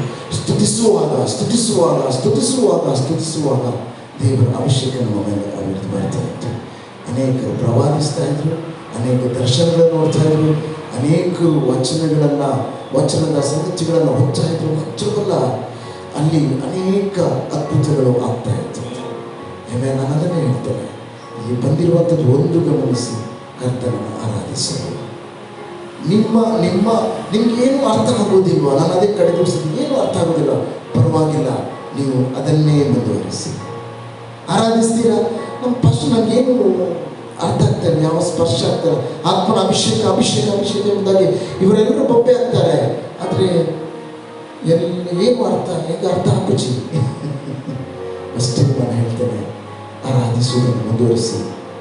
10 ನಿಮಿಷ ಇಲ್ಲ, ಅರ್ಥ ಆಗಲಿಲ್ಲ. 20 ನಿಮಿಷ ಇಲ್ಲ, ಏನೂ ಆಗಲಿಲ್ಲ, ತೊಂದರೆ ಇಲ್ಲ. ಇನ್ನೂ ಒಂದು 10 ನಿಮಿಷ, ಇನ್ನೂ ಅರ್ಥ ಆಗಲಿಲ್ಲ, ಇನ್ನೂ 10 ನಿಮಿಷ. ಹೀಗೆ ನೀವು ಆರಾಧಿಸುವಾಗ ಕರ್ತನ ಮಹಿಮೆ ನಿಮ್ಮ ಮೇಲೆ ಇಳಿದು ಬರುವಂಥದ್ದನ್ನು ನೋಡ್ತೀರಿ. This is what I have to say. ಇಲ್ಲಿ ಹೊಸ ಟೆಕ್ನಿಕ್ಕನ್ನು ಬೇರೆಯವ್ರ ಹತ್ರ ಕೇಳ್ಬಿಡಿ, ನೀವು ಹೇಗೆ ಅಭಿಷೇಕ ಹೊಂದ್ತೀರಿ, ಇದರ ಹುಟ್ಟಿಷ್ಟೇ. ಕರ್ತನನ್ನು ಆರಾಧಿಸಿ, ಎಡೆ ಬಿಡದೆ ಆರಾಧಿಸಲಿಕ್ಕೆ ಆರಂಭಿಸಿ, ಎಡೆ ಬಿಡದೆ ಆತನನ್ನು ಸ್ತುತಿಸಲಿಕ್ಕೆ ಆರಂಭಿಸಿ. ಆತನ ನಾಮವನ್ನು ಮಹಿಮೆ ಪಡಿಸ್ತಾ, ಆತನ ನಾಮವನ್ನು ಸ್ತುತಿಸ್ತಾ ಇರಿ. ಅದು ದೇವರ ವಚನವನ್ನು ಹೇಳ್ತದೆ. ಕುಡಿದು ಮಚ್ಚರಾಗಿ ಬಿಡ್ರಿ. ಪವಿತ್ರ ಆತ್ಮ ಭರಿತರಾಗಿ. ಹೇಗೆ? ಕೀರ್ತನೆಗಳಿಂದಲೂ ಅಲ್ಲಿ ಹೇಳ್ತದೆ, ಕೀರ್ತನೆಗಳನ್ನು ಹಾಡ್ತಾ ಅಲ್ಲಿ ದೇವರ ವಚನಗಳನ್ನು ನಾವು ಅರಿಕೆ ಮಾಡ್ತಾ ಕರ್ತನನ್ನು ಸ್ತುತಿಸ್ತಾ ಕೃತಜ್ಞತೆಗಳ ಮುಖಾಂತರವಾಗಿ ನೀವು ಈ ರೀತಿಯಾಗಿ ಮಾಡುವಾಗ ನೀವು ಪವಿತ್ರ ಆತ್ಮ ಭರಿತರಾಗ್ತೀರಿ. ಆಮೆನ್. Hallelujah, hallelujah. ನಮ್ಮ ವಚನವನ್ನು ಇವತ್ತು ಯೋಹಾನ ಬರೆದ ಸುವಾರ್ತೆ 1ನೇ ಅಧ್ಯಾಯ 18ನೇ ವಚನಗಳನ್ನು ನಾವು ತಿರುಗಿಸಿ ದೊಡ್ಡ ಸಂದೇಶ ಇಲ್ಲ, ಆದರೆ ಬಹಳ ಒಂದು ಮುಖ್ಯವಾದ ಒಂದು ಭಾಗವನ್ನು ಮಾತ್ರ ನಾನು ಸ್ಪರ್ಶಿಸ್ತೇನೆ. ದೊಡ್ಡ ಸಂದೇಶ ಕೊಡ್ತೇನೆ, ಒಂದು ಭಾಗವನ್ನು ಸ್ಪರ್ಶಿಸ್ತೇನೆ. ಬಟ್ ಅದು ಇವತ್ತು ನಮ್ಮ ಜೀವಿತದಲ್ಲಿ ಬಹಳ ದೊಡ್ಡ ಒಂದು ಸಂಗತಿಯನ್ನು ಮಾಡ್ತದೆ. 1:18 ಸುವಾರ್ತೆ, ಯೋಹಾನ ಸುವಾರ್ತೆ.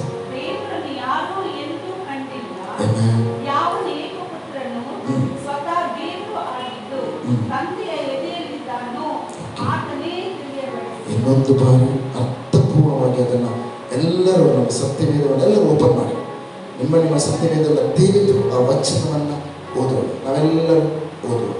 ದೇವರ ಎಲ್ಲರೂ ನಿಧಾನವಾಗಿ ಓದಿಸ್ತಾ ದೇವರನ್ನ ಸರಿಯಾಗಿ ಗಮನಿಸಿ ವಾಕ್ಯವನ್ನ. ದೇವರನ್ನ ಯಾರು ಎಂದೂ ಕಂಡಿಲ್ಲ, ಯಾವನು ಏಕಪುತ್ರನು, ದೇವರನ್ನ ಯಾರು ಎಂದೂ ಕಂಡಿಲ್ಲ, ಯಾವನು ಏಕಪುತ್ರನು, ಸ್ವತಃ ದೇವರು ಆಗಿದ್ದು ತಂದೆಯ ಎದೆಯಲ್ಲಿದ್ದಾನೋ ಆತನೇ ತಿಳಿಯಪಡಿಸಿದನು.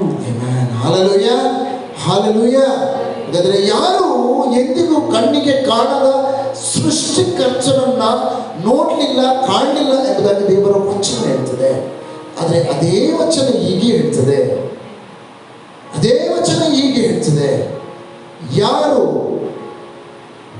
ಯಾವನು ಏಕಪುತ್ರನು, ಸ್ವತಃ ದೇವರು ಆಗಿದ್ದು ತಂದೆಯ ಎದೆಯಲ್ಲಿದ್ದಾನೋ ಆತನೇ ತಿಳಿಯಪಡಿಸಿದನು. 2 ಪ್ರಶ್ನೆಗೆ ಇವತ್ತು ಈ ಒಂದು ವಾಕ್ಯ ನಮಗೆ ಉತ್ತರ ಕೊಡ್ತದೆ. ಒಂದು, ಈ ಲೋಕದಲ್ಲಿ ಯಾರು ದೇವರು? ಯಾರು ದೇವರು? 2ನೇದು, ಆತನು ಏನಾಗಿದ್ದಾನೆ? ಸರಿಯಾಗಿ ಗಮನಿಸಿ. ಯಾರು ದೇವರು? ದೇವರು ಯಾರಾಗಿದ್ದಾನೆ? ಈ 2 ಪ್ರಶ್ನೆಗಳಿಗೆ ಉತ್ತರ ಅನೇಕರು ದೇವರನ್ನು ಹುಡುಕುವವರಿದ್ದಾರೆ. ದೇವರನ್ನ ಅನುಭವಿಸಲಿಕ್ಕೆ ಅಥವಾ ದೇವರನ್ನ ಬಗ್ಗೆ ತಿಳಿದುಕೊಳ್ಳಿಕ್ಕೆ ಆಶಿಸುವವರ ಕಡೆಯ ನಿರಾಶಾದಾಯಕ ಪ್ರಶ್ನೆ ಏನು ಗೊತ್ತಾ? ನಮಗೆ ಗೊತ್ತಿಲ್ಲ ದೇವರು ಯಾರು ಎಂಬುದಾಗಿ ನಾವು ಹುಡುಕಿದ್ದೇವೆ. ಆದರೆ ದೇವರ ವಚನವನ್ನು ಹೇಳ್ತದೆ, ಯಾರು ಎಂದಿಗೂ ದೇವರನ್ನು ಕಾಣಲಿಕ್ಕೆ ಸಾಧ್ಯವಿಲ್ಲ. ಆದರೆ ಒಂದು ಸಂಗತಿ, ಆದರೆ ಈ ಲೋಕಕ್ಕೆ ಬಂದಿರುವ ಯೇಸು ಕ್ರಿಸ್ತನೇ ದೇವರನ್ನು ಪ್ರಕಟಿಸಿದ್ದಾನೆ.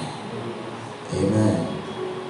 ಯೇಸು ಈ ಲೋಕಕ್ಕೆ ಬರದೇ ಹೋದರೆ ಈ ಲೋಕಕ್ಕೆ ಯಾರಿಗೂ ದೇವರ ಪರಿಚಯ ಆಗ್ತಾ ಇರಲಿಲ್ಲ. ಆಮೆನ್. ಹಲ್ಲೆಲೂಯಾ. ದೇವರು ಯಾರು ಎಂಬುದಾಗಿ ತಿಳಿಸಿ ಕೊಟ್ಟಾತನೇ ಯೇಸು ಕ್ರಿಸ್ತನು. ದೇವರು ಮತ್ತು ದೇವರ ಗುಣಲಕ್ಷಣಗಳು ಪ್ರಕಟವಾದದ್ದು ಯೇಸು ಕ್ರಿಸ್ತನ ಮೂಲಕ. ಆಮೆನ್. ಹಲ್ಲೆಲೂಯಾ. ಅದುವೇ ಇವತ್ತು ಈ ಲೋಕಕ್ಕೆ ಯೇಸು ಬಂದಿರುವ ಉದ್ದೇಶ ದೇವರನ್ನ ಮತ್ತು ಆತನು ಏನಾಗಿದ್ದಾನೆ ಹೇಳುವುದನ್ನು ಪ್ರಕಟಪಡಿಸಲು. ಆಮೆನ್. ಹಲ್ಲೆಲೂಯಾ. ಹೇಳೋಣ, ಇವತ್ತು ಬಹಳ ದೊಡ್ಡ ನಿರೀಕ್ಷೆಯ, ಬಹಳ ದೊಡ್ಡ ಸಂಭ್ರಮಿಸಿದಂಥ, ಇಡೀ ಲೋಕ ಸಂಭ್ರಮಿಸಿದ ಸಂಗತಿ ಏನು ಗೊತ್ತಾ? ಕ್ರಿಸ್ತನು ಈ ಲೋಕದಲ್ಲಿ ಬಂದಿರುವಂಥ ಸತ್ಯ. ಆಮೆನ್. ಹಲ್ಲೆಲೂಯಾ. ಇವತ್ತು ಈ ಲೋಕದಲ್ಲಿ ಯೇಸು ಕ್ರಿಸ್ತನು ಬಂದಿರುವುದಾದರೆ ಈ ಲೋಕಕ್ಕೆ ದೇವರ ಪರಿಚಯವಾಗಿದೆ. ಯಾಕೆಂದರೆ ದೇವರನ್ನು ಪ್ರಕಟಪಡಿಸುವುದು ಯಾರು ಅಲ್ಲ, ಯಾವನು ಸ್ವತಃ ಏನಾಗಿದ್ದಾನೆ? ಯಾವನು ಏಕಪುತ್ರನು ಸ್ವತಃ ದೇವರು ಆಗಿದ್ದು ತಂದೆಯ ಎದುರು. ಅನೇಕರು ಹೇಳ್ತಾರೆ ದೇವರು ಬಹಳ ದೂರದಲ್ಲಿದ್ದಾನೆ, ಆತನು ಪರಲೋಕದಲ್ಲಿದ್ದಾನೆ, ಆತ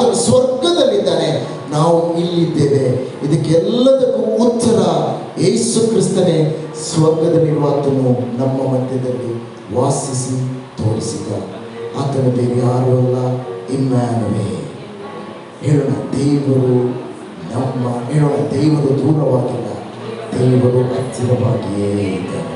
ದೇವರು ಇನ್ನೂ ಹತ್ತಿರ ಹೇಳಲಿಕ್ಕೆ ಇನ್ನೊಂದು ಶುಭ ಸಂದೇಶವನ್ನು ಹೇಳ್ತಾರೆ. ಇವತ್ತು ಯೇಸು ಕ್ರಿಸ್ತನು ಈ ಲೋಕಕ್ಕೆ ಬರದಿದ್ದರೆ ನಮ್ಮ ಒಳಗಡೆ ದೇವರು ತನ್ನ ಆತ್ಮವನ್ನು ಹೇಳಲಿಕ್ಕೆ ಸಾಧ್ಯವೇ ಆಗ್ತಿರಲಿಲ್ಲ. ಇದು ಯೇಸು ಕ್ರಿಸ್ತನ ಬರೋಣ, ಭೂಮಿ ಆಕಾಶಗಳನ್ನು ಸೃಷ್ಟಿ ಮಾಡಿದ ದೇವರು ನಮ್ಮ ಒಳಗಡೆ ವಾಸ ಮಾಡುವ ಹಾಗೆ ಸಾಧ್ಯವಾಯಿತು. Amen, hallelujah.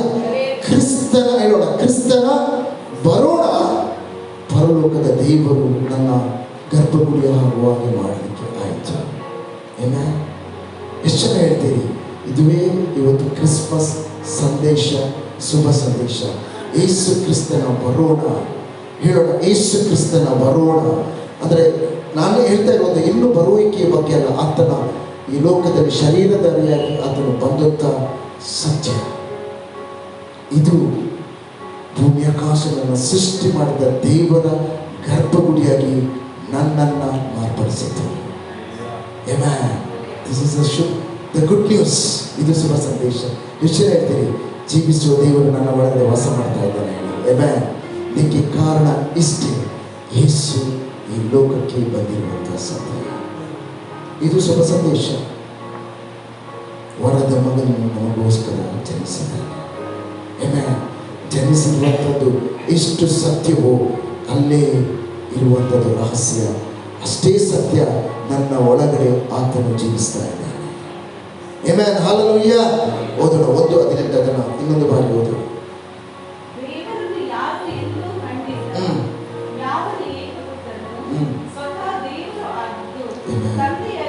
ಹೇಳೋಣ, ತಂದೆಯ, ಎಲ್ಲರೂ ಹೇಳೋಣ, ತಂದೆಯ ಎದೆಯಲ್ಲಿದ್ದನು ಆಚರಣೆ ತಿಳಿಯಪಡಿಸಿದ. ಅಂದ್ರೆ ಇವತ್ತು ಲೋಕಕ್ಕೆ ಸೃಷ್ಟಿ ಮಾಡಿದ ದೇವರನ್ನ, ಆತನ ಪ್ರೀತಿಯನ್ನ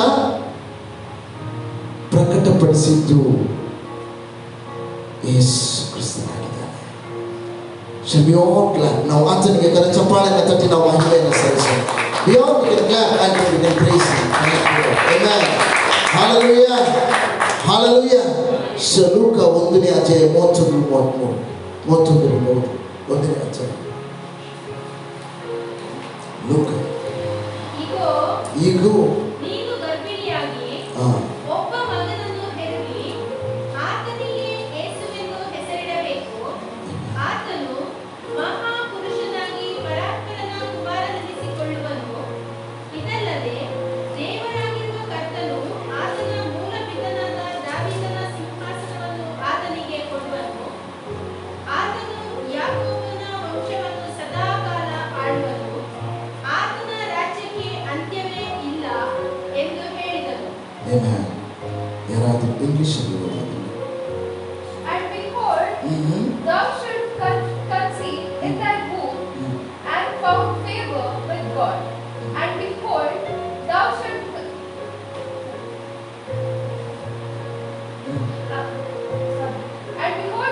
conceive in thy womb and bring forth a son, and shall call his name Jesus. He shall be great and shall be called the Son of the Highest. Son of the Highest. And the Lord God Lord God, Son of the Highest and the Lord God. shall give unto him the throne of his father David. And he shall reign over the house of Jacob forever, and of his kingdom there shall be no end. Amen. ಇದೇ ವಚನದಲ್ಲಿ 15-7ನೇ ವಚನ.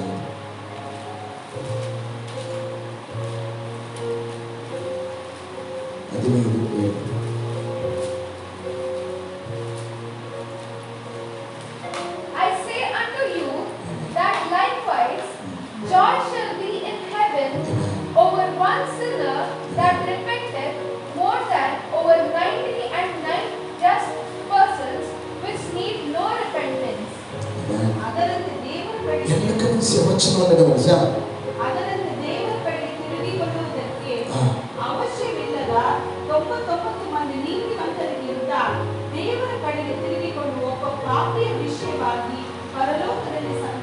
Amen hallelujah. ಹೇಳೋಣ, ಒಬ್ಬನ ವಿಷಯವಾಗಿ, ರಕ್ಷಣೆ ಹೊಂದಿದ ಒಬ್ಬನ ವಿಷಯವಾಗಿ ಇಡೀ ಪರಲೋಕವು ಸಂತೋಷಿಸ್ತಾ ಇದೆ. Amen hallelujah hallelujah. ದೇವ ವಚನವು ಹೇಳ್ತಿದೆ, ಆದಿಯಲ್ಲಿ ದೇವರನ್ನ ಎಲೋಹಿ, ಇಜಾಚನು, ನಾನೇ, ಎಲ್ ಶಡಾಯ್ ಎಂಬುದಾಗಿ ಹಲವಾರು ಹೆಸರುಗಳಿಂದ ಕರೀತಾರೆ. ಆದರೆ ಹೊಸ ಒಡಂಬಡಿಕೆಯು ಬರುವಾಗ ಆ ಹೆಸರು, ಹೇಳೋಣ, ಆ ಹೆಸರು ಅದು ಬದಲಾಯಿತು. ಹೇಳೋಣ, ಆ ಒಂದೇ ಒಂದು ಹೆಸರು ಕೊಡಲ್ಪಟ್ಟಿತ್ತು. ಭೂಮಿ ಆಕಾಶದ ಕೆಳಗಡೆ ಅತಿ ಶ್ರೇಷ್ಠವಾದ ಒಂದೇ ಒಂದು ನಾಮ, ಆ ಬೇರೆ ಯಾವುದೇ ಆ ನಾಮಕ್ಕೆ ಸರಿಸಾಟಿ ಇಲ್ಲದ ನಾಮ. ಹೇಳೋಣ, ಆ ನಾಮ ಬೇರೆ ಯಾವುದೂ ಅಲ್ಲ, ಯೇಸು ಕ್ರಿಸ್ತನೆಂಬ ನಾಮ, ಯೇಸುವೆಂಬ ನಾಮ, ಯೇಸುವೆಂಬ ನಾಮ ಹೇಳ್ತಾರೆ. ಆ ವಚನ ಹೇಳ್ತದೆ, ಆತನಿಗೆ ಯೇಸುವೆಂದು ಹೆಸರಿಡಬೇಕು. ಪರಲೋಕದ ದೂತನು, ದೇವರಿಂದ ಕಳುಹಿಸಲ್ಪಟ್ಟ ದೂತನಲ್ಲಿ ಮಾತನಾಡ್ತಾ ಇದ್ದಾನೆ, ಆತನಿಗೆ ಯೇಸುವೆಂದು ಹೆಸರಿಡಬೇಕು. ಆತನು ಮಹಾಪುರುಷನಾಗಿ ಪರಾತ್ಪರನ ಕುಮಾರನಿಸಿಕೊಳ್ಳುವನು. ಇದಲ್ಲದೆ ದೇವರಾಗಿರುವ ಕರ್ತನು ಆತನ ಮೂಲ ಪಿತನಾದ ದಾವೀದನ ಸಿಂಹಾಸನವನ್ನು ಆತನಿಗೆ ಕೊಡುವನು. ಆತನ ಯಾಕೋಬನ ವಂಶವನ್ನು ಸದಾಕಾಲ ಆಳುವನು. ಆತನ ರಾಜ್ಯಕ್ಕೆ, ಹೇಳೋಣ, ಕೊನೆಯಿಲ್ಲದ ರಾಜ್ಯವನ್ನ ನಮಗೆ ಸ್ಥಾಪಿಸಿ ಕೊಟ್ಟ ಆತನು ಯೇಸು ಕ್ರಿಸ್ತನಾಗಿದ್ದಾನೆ. ಬೇರೆ ಗಮನಿಸಿ, ಇಲ್ಲಿ ಈತನು ಪರಲೋಕದ ದೇವರಾಗಿದ್ದಾನೆ, ಮಹಿಮೆ ಉಳ್ಳಾತನಾಗಿದ್ದಾನೆ, ಪರಿಶುದ್ಧರಲ್ಲಿ ಪರಿಶುದ್ಧನಾಗಿದ್ದಾನೆ. ಈ ಹೆಸರು ಕೆಳಗಡೆ, ಈ ಲೋಕದ ಕೆಳಗಡೆ, ಪರಲೋಕದ ಮೇಲೆ ಇಡಲ್ಪಟ್ಟಂತ ಪ್ರತಿ ಒಂದು ಹೆಸರಿನ ಅತ್ಯುನ್ನತವಾದಂಥ ಹೆಸರನ್ನ ಕೊಡಲ್ಪಟ್ಟಂತ ಹೆಸರಾಗಿದೆ.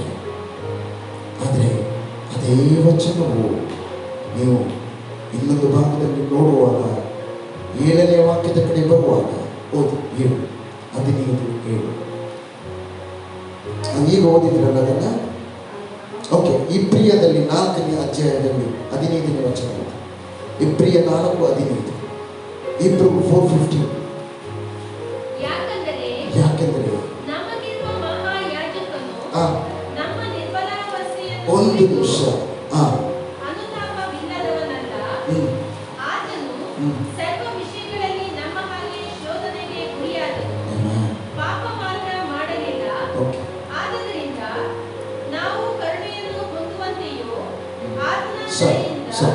English For we have not an high priest which cannot be touched with the feeling of our infirmities. ಆತನು ಮನುಷ್ಯನ ಹಾಗೆಯೇ ಎಲ್ಲ ಬಲಹೀನತೆಯಲ್ಲಿ ಹಾದು ಹೋಗುತ್ತಾ 100% ಆತನು ಮನುಷ್ಯನಾಗಿದ್ದಾನೆ.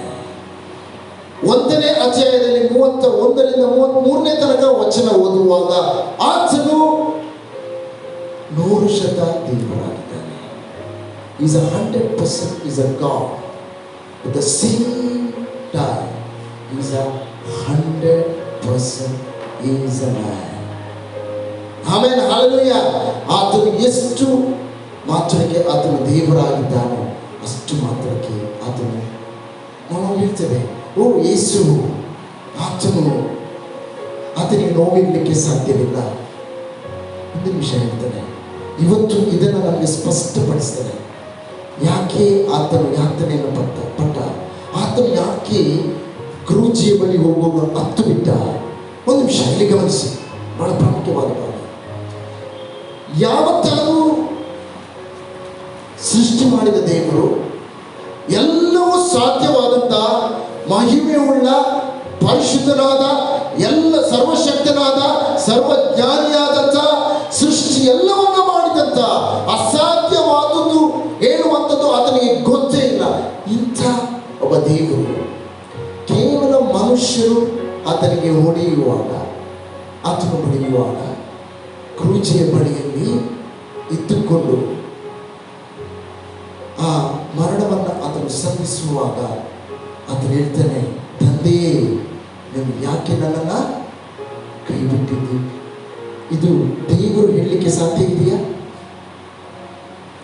ಇಲ್ಲ. ಹಾಗಾದ್ರೆ ಯೇಸು ಯಾಕೆ ಹೇಳಿದ್ದಾನೆ? ಯಾಕಂದ್ರೆ ಆತನು ಶರೀರದಲ್ಲಿ ಆತನು 100%, 100% ಆತನು ಮನುಷ್ಯನಾಗಿದ್ದ. ಹಲ್ಲೆಲೂಯಾ. 100% ಮನುಷ್ಯನಾಗಿದ್ದ. ಇವತ್ತು ನಮ್ಮ ಬಹಳ ಮುಖ್ಯವಾಗಿ ಹೇಳಲಿಕ್ಕೆ ಇಷ್ಟಪಡ್ತಾನೆ, ಲೋಕವು ದೇವರ ವಚನ ಹೇಳ್ತಿದೆ, ಆತನ ಬರುವಿಕೆಯನ್ನು ನೋಡ್ತಾ ಇದ್ದಂಥ ಲೋಕವು ಆತನ ಬಂದ ಮೇಲೆ ಎಲ್ಲರೂ ಆತನ ಬರುವಿಕೆಯನ್ನು ಸಂತೋಷ ಪಡುವಾಗ ಪರಲೋಕವು ಹೇಳೋಣ ಆತನ ರಕ್ಷಣೆ ಹೊಂದಿದಂಥ ಒಂದೊಂದು ಆತ್ಮಗಳನ್ನು ನಿಮಿತ್ತವಾಗಿ ಸಂತೋಷ ಪಡ್ತಾ ಇದೆ. ಆಮೆನ್. Hallelujah, hallelujah. 13:18 ಓದಿ. ಇಬ್ರಿಯ 3:18. And to whom swear he that they should not enter into his rest, but to them that believed not. 3:18 ಇಬ್ರಿಯ ನನ್ನ ವಿಶ್ರಾಂತಿಯಲ್ಲಿ ನೀವು ಸೇರುವುದೇ ಇಲ್ಲವೆಂದು ಯಾರನ್ನು ಕುರಿತು ಪ್ರಮಾಣ ಮಾಡಿದನು? ಯಾರನ್ನು ಕುರಿತು ಪ್ರಮಾಣ ಮಾಡಿದನು? ಅವಿಧೇಯರನ್ನು ಕುರಿತಲ್ಲವೇ? ಅವಿಧೇಯರಲ್ಲ ಕುರಿತಲ್ಲವೇ? ಅವರು ಸೇರಲಾರದೆ ಹೋದದ್ದು ಅಪನಂಬಿಕೆಯಿಂದಲೇ. ಕರ್ತನು ಒಂದೇ ಒಂದು ಸಂಗತಿಯನ್ನು ಇಟ್ಟಿದ್ದಾನೆ.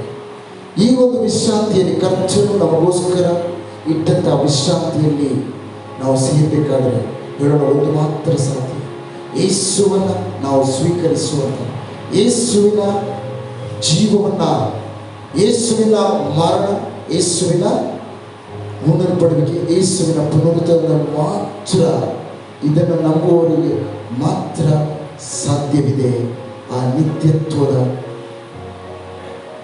ನಿತ್ಯತ್ವದ ವಿಶ್ರಾಂತಿಯಲ್ಲಿ ಸಿಗುವುದಕ್ಕೆ. ಇದು ಕರ್ತನ ವಚನ ಹೇಳ್ತಿದೆ. ಆತನು ಆರಂಭದ ವಚನ ಹೇಳ್ತಿದೆ, ಈ ಲೋಕದಲ್ಲಿ ಆತನು ಬಂದಿರುವಂಥದ್ದು. ಆತನು ಬಂದಿರೋದಕ್ಕಿಂತ ಮುಂಚೆ ದೇವರು ಹೇಳ್ತಾನೆ, ದೇವದೂತರು ಮಾತಾಡ್ತಾನೆ, ಆತನು ಹೇಳ್ತಾ ಇದ್ದಾನೆ ಆತನು ದೇವರಾಗಿದ್ದಾನೆ. ಅದು ಮಾತ್ರವಲ್ಲ, ಆತನು ಮಹಾಪುರುಷನಾಗಿದ್ದಾನೆ, ಆತನು ಪರಾತ್ಪರನಾಗಿದ್ದಾನೆ. ದ ಸೇಮ್ ಬೈಬಲ್ ಅದೇ ವಚನ ಇರ್ತದೆ. ಆತನು ಎಷ್ಟರ ಮಟ್ಟಕ್ಕೆ ಆತನು ದೇವರಾಗಿದ್ದಾನೆ, ಅಷ್ಟರ ಮಟ್ಟಕ್ಕೆ ಆತನು ಬಲಹೀನತೆಯನ್ನು ಎಲ್ಲವನ್ನ ಸಹಿಸಿಕೊಂಡವನಾಗಿದೆ. ಯಾಕಂದರೆ ಅದರ ಅರ್ಥ ಬಲಹೀನತೆಯು ಆತನಲ್ಲಿ, ಆತನ ಜೀವಿತದಲ್ಲಿ ಅದು ಬಂದಿತು ಎಂಬುದಾಗಿ ಇರ್ತದೆ. ಹಲ್ಲೆಲೂಯಾ. ನಾವು ನಮ್ಮ ಈಗ ಪ್ರಮುಖವಾದ ನಾವು ವಚನದ ಭಾಗಕ್ಕೆ ನಾವು ಬಂದಿದ್ದೇವೆ. 1 ತಿಮೋಥೆಯ 3ನೇ ಅಧ್ಯಾಯ 16ನೇ ವಚನ 16.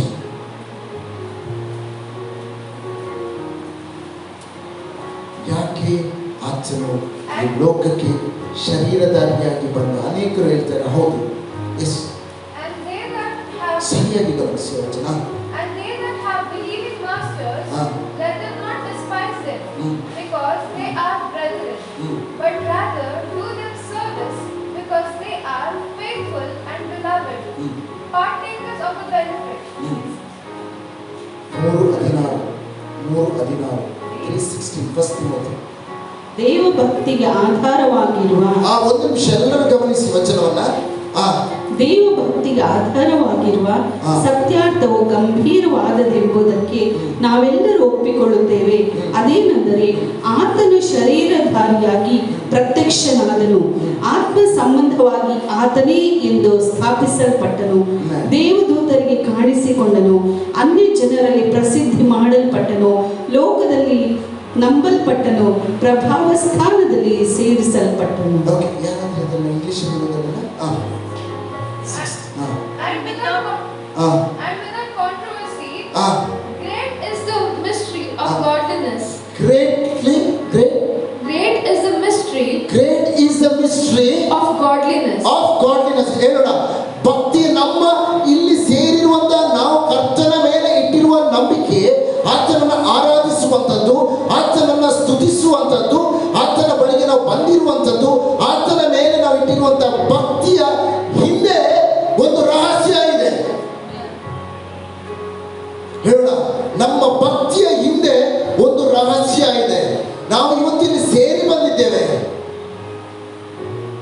ಮತ್ತೆ ಒಂದು ರಹಸ್ಯ ಇದೆ. ಏನು ಗೊತ್ತಾ ರಹಸ್ಯ? ನೀವು ತಿಳ್ಕೊಳ್ಳಿಕ್ಕೆ ಬಯಸ್ತೀರಾ? This is the message. Next ಅದನ್ನು ಓದಿ. ಆತನು ಶರೀರಧಾರಿಯಾಗಿ ಪ್ರತ್ಯಕ್ಷನಾದನು, ಆತ್ಮ ಸಂಬಂಧವಾಗಿ ಆತನೇ ಯಾವುದು ಅಲ್ಲ, ಹೇಳೋಣ.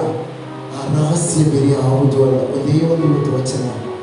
ಆತನು ಶರೀರಧಾರಿಯಾಗಿ ನಮ್ಮ ಮಧ್ಯದಲ್ಲಿ ಪ್ರತ್ಯಕ್ಷನಾಗಿದ್ದಾನೆ. ಆಮೆನ್. ಶುಭ ಸಂದೇಶ ಹೇಳೋಣ, ಎಲ್ಲರ ಹತ್ರ ಹೇಳೋಣ. ಶುಭ ಸಂದೇಶ. ನಮ್ಮ ಕರ್ತನಾದ ದೇವರು ನಮ್ಮ ಮಧ್ಯದಲ್ಲಿ ಶರೀರಧಾರಿಯಾಗಿ ಆತನು ಪ್ರತ್ಯಕ್ಷನಾದನು. He was manifested in the flesh. Amen. ಪರಾತ್ಪರನಾದ ದೇವರು, ಸೃಷ್ಟಿಕರ್ತನಾದ ದೇವರು, ಭೂಮ್ಯಾಕಾಶಗಳನ್ನು ಸೃಷ್ಟಿ ಮಾಡಿದ ದೇವರು ನಮ್ಮ ಮಧ್ಯದಲ್ಲಿ ಶರೀರಧಾರಿಯಾಗಿ ಪ್ರತ್ಯಕ್ಷನಾದನು. ಇದುವೇ ನಮ್ಮ ಭಕ್ತಿಗೆ ಕಾರಣ. ಆಮೆನ್. ಕ್ರಿಸ್ಮಸ್ ಎಲ್ಲರೂ ಆಚರಿಸುವಂತ ಇದರ ಹಿಂದಿನ ರಹಸ್ಯ ಬೇರೆ ಯಾವುದೂ ಅಲ್ಲ. ಯೇಸು ಕ್ರಿಸ್ತನು ಶರೀರಧಾರಿಯಾಗಿ ನಮ್ಮ ಮಧ್ಯದಲ್ಲಿ ಬಂದಿದ್ದಾನೆ. ಆಮೆನ್. ಅದಕ್ಕೆ ಹೇಳ್ತಾನಲ್ಲ, ವರದ ಮಗನು ನಿಮಗೆ ದೊರೆಚನು. ಅಂದರೆ ಅದರ ಅರ್ಥ ಈ ಲೋಕಕ್ಕೆ ಯೇಸು ಶರೀರಧಾರಿಯಾಗಿ ಮನುಷ್ಯನಾಗಿ ಬಂದಿದ್ದಾನೆ. ಯಾಕೆ ಬಂದಿದ್ದಾನೆ? ಯಾಕೆ ಆತನು ಶರೀರಧಾರಿಯಾಗಿ ಬಂದಿದ್ದಾನೆ? ಎಷ್ಟು ಹೇಳಿದ್ವಿ? ಯಾಕೆ ಆತನು ಅಲ್ಲಿ ಅನೇಕರು ಹೇಳ್ತೇವೆ, ಓಕೆ, ಆತನು ನಮ್ಮ ಪಾಪಕ್ಕೋಸ್ಕರ ಬಂದಿದ್ದಾನೆ, ನಮ್ಮ ಬಿಡುಗಡೆಗೋಸ್ಕರ ಬಂದಿದ್ದಾನೆ, ನಮ್ಮ ವಿಮೋಚನೆಗೋಸ್ಕರ ಬಂದಿದ್ದಾನೆ, ನಮ್ಮ ಸ್ವಸ್ಥತೆಗೋಸ್ಕರ ಬಂದಿದ್ದಾನೆ, ನಮ್ಮನ್ನು ಬಡತನದ ದರಿದ್ರದಿಂದ ನಮ್ಮನ್ನು ಬಿಡಿಸ್ಲಿಕ್ಕೋಸ್ಕರ ಬಂದಿದ್ದಾನೆ, ಶಾಪವನ್ನು ನೀಗಿಸಲಿಕ್ಕೆ ಬಂದಿದ್ದಾನೆ. ಎಲ್ಲವೂ ಸರಿ. ಆದರೆ ದೇವರ ವಚನದಲ್ಲಿ ಇವತ್ತು ಒಂದು ಸತ್ಯವನ್ನು ತಿಳ್ಕೋಣ. ಇವತ್ತೆಲ್ಲರೂ ಲೋಕ ಸಂತೋಷಿಸುವಂಥ ಈ ಕ್ರಿಸ್ಮಸ್ ಹಬ್ಬದ ಹಿಂದಿನ ರಹಸ್ಯ ಬೇರೆ ಯಾವುದೂ ಅಲ್ಲ. ಯೇಸು ಕ್ರಿಸ್ತನು ಶರೀರಧಾರಿಯಾಗಿ ಈ ಲೋಕಕ್ಕೆ ಬಂದಿದ್ದಾನೆ. Amen. Hallelujah. This is the word says. ಇವತ್ತು ಯಾರಾದರೂ ಹೇಳುವುದಾದ್ರೆ, ಯಾಕೆ ನೀವು ಸಂಭ್ರಮಿಸ್ತಾ ಇದ್ದೀರಿ? ಯಾಕೆ ಭಕ್ತಿಯಿಂದ ನೀವು ಆರಾಧಿಸ್ತಾ ಇದ್ದೀರಿ? ತೆಗೆಯಿರಿ ನಿಮ್ಮ ಸತ್ಯವೇದವನ್ನು. 1 ತಿಮೋಥೆಯಲ್ಲಿ 3ನೇ ಅಧ್ಯಾಯ 16ನೇ ವಚನ ಹೇಳ್ತದೆ, ನಿಮ್ಮ ಭಕ್ತಿಯ ಹಿಂದೆ ಒಂದು ರಹಸ್ಯವಿದೆ. ಆ ರಹಸ್ಯ ಬೇರೆ ಯಾವುದೂ ಅಲ್ಲ. ಯೇಸು ಕ್ರಿಸ್ತನು ನಮ್ಮ ಮಧ್ಯದಲ್ಲಿ ಶರೀರಧಾರಿಯಾಗಿ ಬಂದ. ಪಾಸ್ಟರ್, ಇದು ಏನು ಮಹಾ ವಿಶೇಷ? ದೇವರು ಉದ್ದೇಶಿಸಿದ ಆತನು ಬಂದ? ಇಲ್ಲ, ಇಲ್ಲ. ಇದರಲ್ಲೇ ನಿಮಗೆ ತಿಳ್ಕೊಳ್ಬೇಕಾಗಿರುವಂಥ ಸತ್ಯವಿದೆ. ಯಾಕಂದರೆ ದೇವರ ವಚನವಿದೆ, ಸತ್ಯವು ನಮ್ಮನ್ನು ಅನೇಕ ಸಂಗತಿಗಳಿಂದ ಬಿಡುಗಡೆ ಮಾಡ್ತದೆ. ಆಮೆನ್. ಹಲ್ಲೆಲೂಯಾ. ಹೇಳ್ತಾನೆ, ಹೌದು, ಇದು ತಂದೆಯು ಉದ್ದೇಶಿಸಿದಲ್ವ ಯೇಸು ಕ್ರಿಸ್ತನು ಶರೀರಧಾರಿಯಾಗಿ ಬಂದಿರಬೇಕೆಂಬುದಾಗಿ. ನೀವು 2ನೇ ಅಧ್ಯಾಯ 14ನೇ ವಚನದಲ್ಲಿ ಇಬ್ಬರಿಗೆ 2:14 ಇಲ್ಲಿ ಉತ್ತರ ಇದೆ.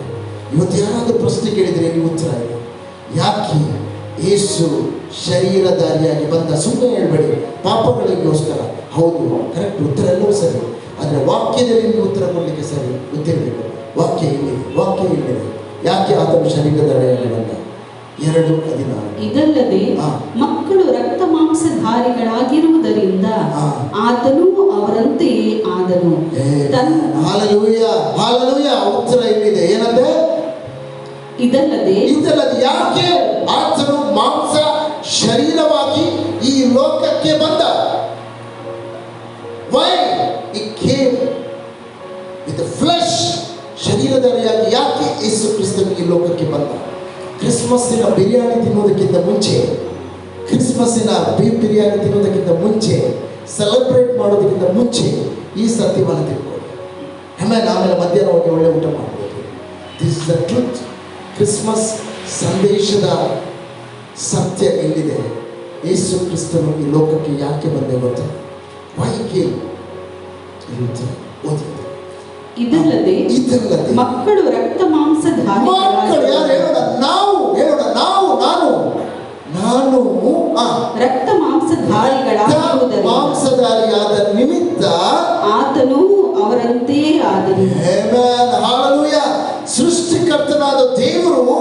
ಆತನು ಯೋಚಿಸಿದ. ಏನು ಯೋಚಿಸಿದ ಗೊತ್ತಾ? ನನ್ನ ಮಕ್ಕಳು ರಕ್ತ ಮಾಂಸದಲ್ಲಿ ಹುಟ್ಟಿದ ನಿಮಿತ್ತ ನಾನು ಅದೇ ರಕ್ತ ಮಾಂಸದಲ್ಲಿ ಇವರ ಮಧ್ಯದಲ್ಲಿ ಹುಟ್ಟಬೇಕೆಂಬುದಾಗಿ. This is a purpose of God. ಇದು ತಂದೆಯ ಚಿತ್ತವಾಗಿತ್ತು. ನಮ್ಮನ್ನು ಸೃಷ್ಟಿ ಮಾಡಿದ ದೇವರ ಉದ್ದೇಶ ಈ ಲೋಕದಲ್ಲಿ ಆತನು ಶರೀರಧಾರಿಯಾಗಿ ಬರಬೇಕೆಂಬುದಾಗಿ. ಓದಿಸಿದ ತನ್ನ ಮರಣದಿಂದಲೇ ಮರಣಾಧಿಕಾರಿಯನ್ನು ಅಂದರೆ ಸೈತಾನನನ್ನು ಅಡಗಿಸಿ ಬಿಡುವುದಕ್ಕೂ ಮರಣ ಭಯದ ದೆಸೆಯಿಂದ ತಮ್ಮ ಜೀವಮಾನದಲ್ಲೆಲ್ಲ ದಾಸತ್ವದೊಳಗಿದ್ದವರನ್ನು ಬಿಡಿಸುವುದಕ್ಕೂ ಅವರಂತೆ ರಕ್ತ ಮಾಂಸಧಾರಿಯ ದೇವರ ವಾಕ್ಯ ಹೇಳ್ತಿದೆ, ಅವರಂತೆ ರಕ್ತ ಮಾಂಸಧಾರಿಯ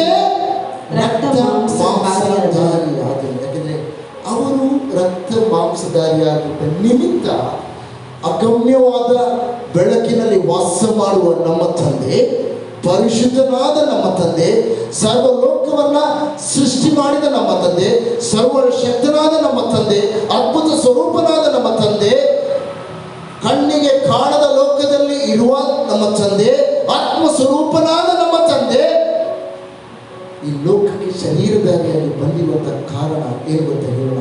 ಇದು ನಾನಾಗಿದ್ದೇನೆ. ಏನೇ ಇಷ್ಟ ಹೇಳ್ತೀನಿ, ನನ್ನ ಯೇಸು ಈ ಲೋಕಕ್ಕೆ ಶರೀರಧಾರಿಯಾಗಿ ಬಂದಿರುವಂಥದ್ದು. ಇದಕ್ಕೆ ಕಾರಣ ಯಾರು ಹೇಳೋಣ? ಕಾರಣ ಯಾರು? ನಾನು. ತನ್ನ ಮಕ್ಕಳು ಮಾಂಸಧಾರಿಯಾಗಿರೋ ರಕ್ತ ಮಾಂಸಧಾರಿಯಾಗಿರೋ ಕಾರಣ ಆತನು ಈ ತೀರ್ಮಾನವನ್ನು ತೆಗೆದುಕೊಂಡ. ಹಲ್ಲೆಲೂಯಾ. ಹಾಗಾದ್ರೆ ಇಲ್ಲಿ ಯೇಸು ಕ್ರಿಸ್ತನ ಪ್ರೀತಿಯು ಪ್ರಕಟವಾಗ್ತದೆ. ಯೇಸು ಕ್ರಿಸ್ತನು ಈ ಲೋಕಕ್ಕೆ ಶರೀರಧಾರಿಯಾಗಿ ಬಂದಂಥದ್ದು ತಂದೆಯ ಪ್ರೀತಿಯನ್ನು ಪ್ರಕಟಪಡಿಸಲಿಕ್ಕೆ, ತಂದೆಯನ್ನು ತೋರಿಸಲಿಕ್ಕೆ. ಅದೇ ಆ ಶರೀರವು ಹೇಳ್ತಿದೆ. ಏನು ಹೇಳ್ತದೆ ಗೊತ್ತಾ? ನಾನು ನಿನಗೋಸ್ಕರ ಬಂದೆ. ಯಾಕೆ ಬಂದೆ? ನೀನು ಶರೀರಧಾರಿಯಾಗಿದ್ದೀಯಪ್ಪ, ನೀನು ಮಾಂಸ ಶರೀರದ ಮನುಷ್ಯನಾಗಿರೋ ಕಾರಣ ನಿನ್ನ ಸಂಗಡ ಇರಲು ನಾನು ಬಂದೆ. ದ ಫಸ್ಟ್ ಪರ್ಪಸ್, ಮೊದಲ ಉದ್ದೇಶ, ಯೇಸು ಶರೀರಧಾರಿಯಾಗಿ ಬಂದಿರುವಂತಹ ಉದ್ದೇಶ ಏನು ಗೊತ್ತಾ? ಇವತ್ತಿನ ಶುಭ ಸಂದೇಶ, ಕ್ರಿಸ್ಮಸ್ ದಿವಸದ ಶುಭ ಸಂದೇಶ ಬೇರೆ ಯಾವುದೂ ಅಲ್ಲ. ನಾವು ನೀವು ಮಾಂಸಧಾರಿಗಳಾದ ನಿಮಿತ್ತವಾಗಿ ಇದುವೇ ಶುಭ ಸಂದೇಶ. ಹೇಳೋಣ, ಯೇಸು ಈ ಲೋಕಕ್ಕೆ ಮಾಂಸಧಾರಿಯಾಗಿ ಬಂದದ್ದು ನನಗೋಸ್ಕರ. ಯಾಕಂದರೆ ನಾನು ಮಾಂಸಧಾರಿಯಾಗಿದ್ದೆ. Next, hallelujah. ಮಿತಿ ಇಲ್ಲದಾತನು, ಒಂದು ನಿಮಿಷ, ಮಿತಿ ಇಲ್ಲದಾತನು ತನಗೇ ಮಿತಿಯನ್ನು ಕೊಟ್ಟ. ಗಮನಿಸ್ತಾ ಇದ್ದೇನೆ, ಗಮನಿಸಿ, ನನ್ನನ್ನು ನೋಡು. ಮಿತಿ ಇಲ್ಲದಾತನು ಅಸಾಧ್ಯವಾದದನ್ನ ಆತನಿಗೆ ಗೊತ್ತಿಲ್ಲ, ಆತನಿಗೆ ಆದಿ ಇಲ್ಲ, ಆತನಿಗೆ ಅಂಚಿಲ್ಲ. ಆತನು ಸರ್ವಶಕ್ತನು. ನಮ್ಮ ಬಾಯಿಂದ, ನಮ್ಮ ಜ್ಞಾನದಿಂದ ಆತನು ಯಾರೆಂಬುದಾಗಿ ನಮಗೆ ವರ್ಣಿಸಲಿಕ್ಕೆ ಅಸಾಧ್ಯ. ಅಷ್ಟು ದೊಡ್ಡ ದೇವರು, ಮಹಾಪರಿಶುದ್ಧನಾದ ದೇವರು. ಆತನು ಶರೀರಧಾರಿಯಾಗಿ ನಿನ್ನ ಹಾಗೆ ನನಗೆ ಆಗಲಿಕ್ಕೆ ಕಾರಣ ಇಷ್ಟೇ. ತನ್ನ ಅದ್ಭುತವಾದಂಥ ಮಹಿಮೆಯನ್ನ ತೊರೆದು ಬಿಟ್ಟ. ಯಾಕೆ ಹೇಳೋಣ? ನನ್ನ ಮೇಲಿರುವ ಪ್ರೀತಿಯ ನಿಮಿತ್ತ. ತನ್ನ ಸ್ಥಾನವನ್ನು ಮರೆತು ಬಿಟ್ಟ, ತನ್ನ ಮಾನವನ್ನು ಮರೆತು ಬಿಟ್ಟ, ತನ್ನ ಸಿಂಹಾಸನವನ್ನು ತೊರೆದು ಬಿಟ್ಟ. ತಾನು ಬರಿದು ಮಾಡಿದ ಕಾರಣ ಇಷ್ಟೇ. ಕೇವಲವಾಗಿ ಒಂದು ಮನುಷ್ಯ ಮಾಂಸಧಾರಿಯಾಗಿ ತನ್ನ ಮಿತಿ, ಆ ಅಪರಿಮಿತವಾದಂಥ ಮಿತಿ ಇಲ್ಲದ ಸ್ವಭಾವವನ್ನು ಅದನ್ನು ಮರೆತು, ಅದನ್ನು ಬಿಟ್ಟು ಮಿತಿಯುಳ್ಳ ಒಂದು ಬಲಹೀನವುಳ್ಳ ಶರೀರದ ಒಳಗಡೆ ಬರುವುದಕ್ಕೆ ತೀರ್ಮಾನ ಮಾಡಿದ. ಇದುವೇ ಇವತ್ತಿನ ಸಂದೇಶ. ಮಿತಿ ಇಲ್ಲದ ದೇವರು ಮಿತಿ ಉಳ್ಳಂತ ಮನುಷ್ಯನ ಶರೀರದಲ್ಲಿ ಬರುವುದಕ್ಕೆ ತೀರ್ಮಾನ ಮಾಡಿದ ನೋಡಿ. ಇದುವೇ ದೇವರ ಪ್ರೀತಿ. Unlimited God make himself is a limited. ಎಲ್ಲಿ ತನಕ ಅದರ ಮಿತಿಯನ್ನು ಕೊಟ್ಟ ಹೇಳೋಣ? ಶರೀರ ಬಲಹೀನವುಳ್ಳ ಶರೀರದ ಒಳಗಡೆ ಬಂದು ವಾಸಿಸಲಿಕ್ಕೆ. ಅದು ಏನು? ಇನ್ನೊಂದು ಕೇಳ್ತೀರಾ? ಸೃಷ್ಟಿ ಮಾಡಿದ ಸೃಷ್ಟಿಯಲ್ಲೇ ಸೃಷ್ಟಿಯ ರೂಪದಲ್ಲೇ ಸೃಷ್ಟಿಕರ್ತನು ಬರಲಿಕ್ಕೆ ತೀರ್ಮಾನ ಮಾಡಿದ. ಇಷ್ಟಕ್ಕೆ ಅರ್ಥ ಆಗ್ತಾ ಇದೆ. ಅದು ಸೃಷ್ಟಿ ಮಾಡಿದ ದೇವರು ತನ್ನ ಸೃಷ್ಟಿಯಲ್ಲೇ, ಸೃಷ್ಟಿಯ ರೂಪದಲ್ಲೇ, ಅಂದರೆ ಸೃಷ್ಟಿ ಮಾಡಿದ ಮನುಷ್ಯನ ರೂಪದಲ್ಲೇ ತನ್ನನ್ನು ರೂಪಿಸಿದ. ಇಡೀ ಲೋಕವನ್ನು ಮಾಡಿದ ದೇವರು ಎಲ್ಲವನ್ನು ಮರೆತು ತಾನು ಮಾಡಿದ ಸೃಷ್ಟಿಯಲ್ಲೇ ತಾನು ಬಂದು ಇರಲಿಕ್ಕೆ ತೀರ್ಮಾನ ಮಾಡಿದ. ಇದೆಲ್ಲವನ್ನು ಬರಿದು ಮಾಡಿದ. ಇದುವೇ ದೇವರ ಪ್ರೀತಿಯಾಗಿದೆ. ಇದು ಇವತ್ತು ಕ್ರಿಸ್ಮಸ್ ಸಂದೇಶ. ಕರ್ತನ ಪ್ರೀತಿ ಎಲ್ಲವನ್ನು ಬರೆದು ಮಾಡಿದ. ಮಹಿಮೆಯನ್ನು ಆತನು ಬರೆದು ಮಾಡಿದ. ಸಿಂಹಾಸನವನ್ನು ಬಿಟ್ಟ ಆತನ ಕೇವಲವಾಗಿ ಬಲಹೀನ ಶರೀರದ ಒಳಗಡೆ ಆತನು ಬಂದು ಬಿಟ್ಟ. ಯಾರು ಒಬ್ಬ ಸಾಮಾನ್ಯ ಒಬ್ಬ ಸ್ತ್ರೀ, ಯಾರು ಮಾರಿಯ, ಅವಳ ಹೊಟ್ಟೆಯಲ್ಲಿ ಹಿಡಿದ ಸರ್ವಶಕ್ತನಾದ ದೇವರು ಹೇಳ್ತಾನೆ, ಈ ಹೊಟ್ಟೆಯ ಒಳಗಡೆ ನಾನು ಬಂದು 9 ತಿಂಗಳು ಇರ್ತೇನೆ. ಆಮೇಲೆ ಒಂದು ಮನುಷ್ಯನ ಮಗುವಾಗಿ ಇಲ್ಲಿಂದ ಹೊರಗಡೆ ಬರ್ತೇನೆ. ಬಂದು ನಮ್ಮ ನಿಮ್ಮ ಥರಾನೇ ಬಲಹೀನತೆಯುಳ್ಳ ಶರೀರದಲ್ಲೇ ನಾನು ಬೆಳೀತೇನೆ. ಯಾರು ತೀರ್ಮಾನ ಮಾಡಿತು? ಯಾರು ತೀರ್ಮಾನ ಮಾಡಿತು? ಎಷ್ಟು ಜನರಿಗೆ ಅರ್ಥ ಆಗ್ತಾ ಇದೆ? ಇದು ಎಷ್ಟು ಜನರಿಗೆ ಅರ್ಥ ಆಗ್ತಾ ಇದೆ? ಎಲ್ಲವನ್ನು ಬರೆದು ಮಾಡಿದ ದೇವರು. ಆ ತೀರ್ಮಾನ ಇದೆಯಲ್ಲ, ಇದು ಆತನ ಕ್ರಿಸ್ಮಸ್ ಆಚರಿಸುವ ಪ್ರತಿಯೊಬ್ಬರು ತಿಳ್ಕೊಳ್ಬೇಕಾದ ಸತ್ಯ ಇದೆ. Thank you Lord. So thank you father. ಎಲ್ಲವನ್ನು ಬರೆದು ಮಾಡಿದ ತಂದೆ, ಎಲ್ಲವನ್ನು ಆತನು ಬದಿಬಿಟ್ಟ, ತನ್ನ ಮಾನವನ ಸ್ಥಾನವನ್ನು ಬದಿಬಿಟ್ಟ ತಂದೆ. ಅದನ್ನೇ ಹೇಳ್ತದೆ, ಸೃಷ್ಟಿಕರ್ತನೇ ಸೃಷ್ಟಿಯ ಸಂಗತಿಯಲ್ಲಿ ಒಳಗೆ ಬರೋದಕ್ಕೆ ಆತನ ತೀರ್ಮಾನ ಮಾಡಿದ. ಅದೇ ಹೇಳ್ತಾನೆ, ಅವನಿಂದ ಎಲ್ಲವೂ ಸೃಷ್ಟಿಯಾಯಿತು, ತನ್ನ ತಾನು ಸೃಷ್ಟಿ ಮಾಡಿದ್ರಲ್ಲಿ ಅದನ್ನು ಬರಲಿಕ್ಕೆ ಇಷ್ಟಪಟ್ಟ. Amen, hallelujah. ಎಲ್ಲರೂ ಇವತ್ತು ಮನೆ ಇರುವವರು ನಾಳೆ ಬೆಳಗ್ಗೆ ರಸ್ತೆ ಬಳಿಗೆ ಹೋಗಿ ಇರ್ಲಿಕ್ಕೆ ಯಾರು ಬಯಸ್ತೀರಿ? ಯಾರು ಬಯಸ್ತೀರಿ? ಸ್ಕೂಟ್ರ್ ಇರುವವರು ಯಾರು ಬಯಸ್ತೀರಿ ಸೈಕಲಲ್ಲಿ ಹೋಗ್ಲಿಕ್ಕೆ? ಕಾರ್ ಇರುವವರು ಯಾರು ಬಯಸ್ತೀರಿ ಸೈಕಲಲ್ಲಿ ಹೋಗ್ಲಿಕ್ಕೆ? ಯಾರು ಬಯಸುತ್ತಾರೆ. ಆದರೆ ನಮ್ಮ ದೇವರು ಅದನ್ನು ಮಾಡಿದ. ಎಲ್ಲರೂ ಕೆಳಗಿಂದ ಮೇಲಕ್ಕೆ ಹೋಗಲಿಕ್ಕೆ ಬಯಸ್ತಾರೆ. ಆದರೆ ತಂದೆಯ ಪ್ರೀತಿ ಏನು ಗೊತ್ತಾ? ಅದನ್ನು ಮೇಲಿನಿಂದ ನಮಗೋಸ್ಕರ ಅದನ್ನು ಕೆಳಕ್ಕೆ ಬಂದ. This is our God's love. Christmas ಸಂದೇಶ ಇದು ಹೇಳ್ತಾರೆ.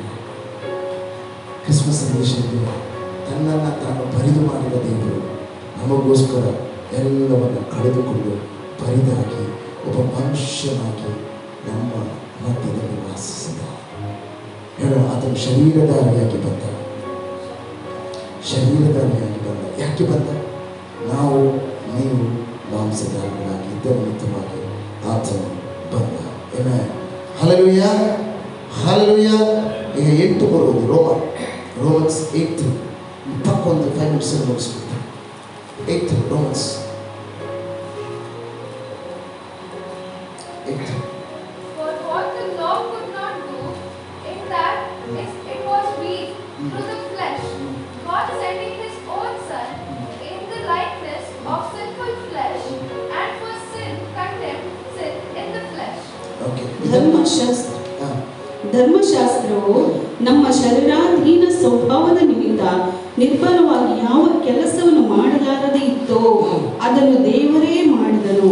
ಏನೆಂದರೆ ಆತನು ಪಾಪ ನಿವಾರಣೆಗಾಗಿ ತನ್ನ ಮಗನನ್ನು ಪಾಪಾಧೀನವಾದ ನರಭಾವದ ರೂಪದಲ್ಲಿ ಕಳುಹಿಸಿಕೊಟ್ಟು ನರಭಾವದಲ್ಲಿಯೇ ಪಾಪಕ್ಕೆ ಮರಣದಂಡನೆಯನ್ನು ವಿಧಿಸಿದನು. ಹಲ್ಲೆಲೂಯಾ. ಯಾವ ಶರೀರ, ಗಮನಿಸಿ, ಧರ್ಮಶಾಸ್ತ್ರವನ್ನ ಮಾಡದೇ ಇತ್ತು, ಅಂದ್ರೆ ಧರ್ಮಶಾಸ್ತ್ರದ ವಾಕ್ಯವನ್ನು ಅನುಸರಿಸಲಿಕ್ಕೆ ಆಗದ ಬಲಹೀನ ಅದೇ ಶರೀರದಲ್ಲಿ ಆತನು ಬರಲಿಕ್ಕೆ ತೀರ್ಮಾನ ಮಾಡಿದ. ಗಮನಿಸಿ, ತಿರುಗಿ ನಾನು ಹೇಳ್ತೇನೆ, ದೇವರು ಕೊಟ್ಟ ಧರ್ಮಶಾಸ್ತ್ರವನ್ನ ಅನುಸರಿಸಲಿಕ್ಕೆ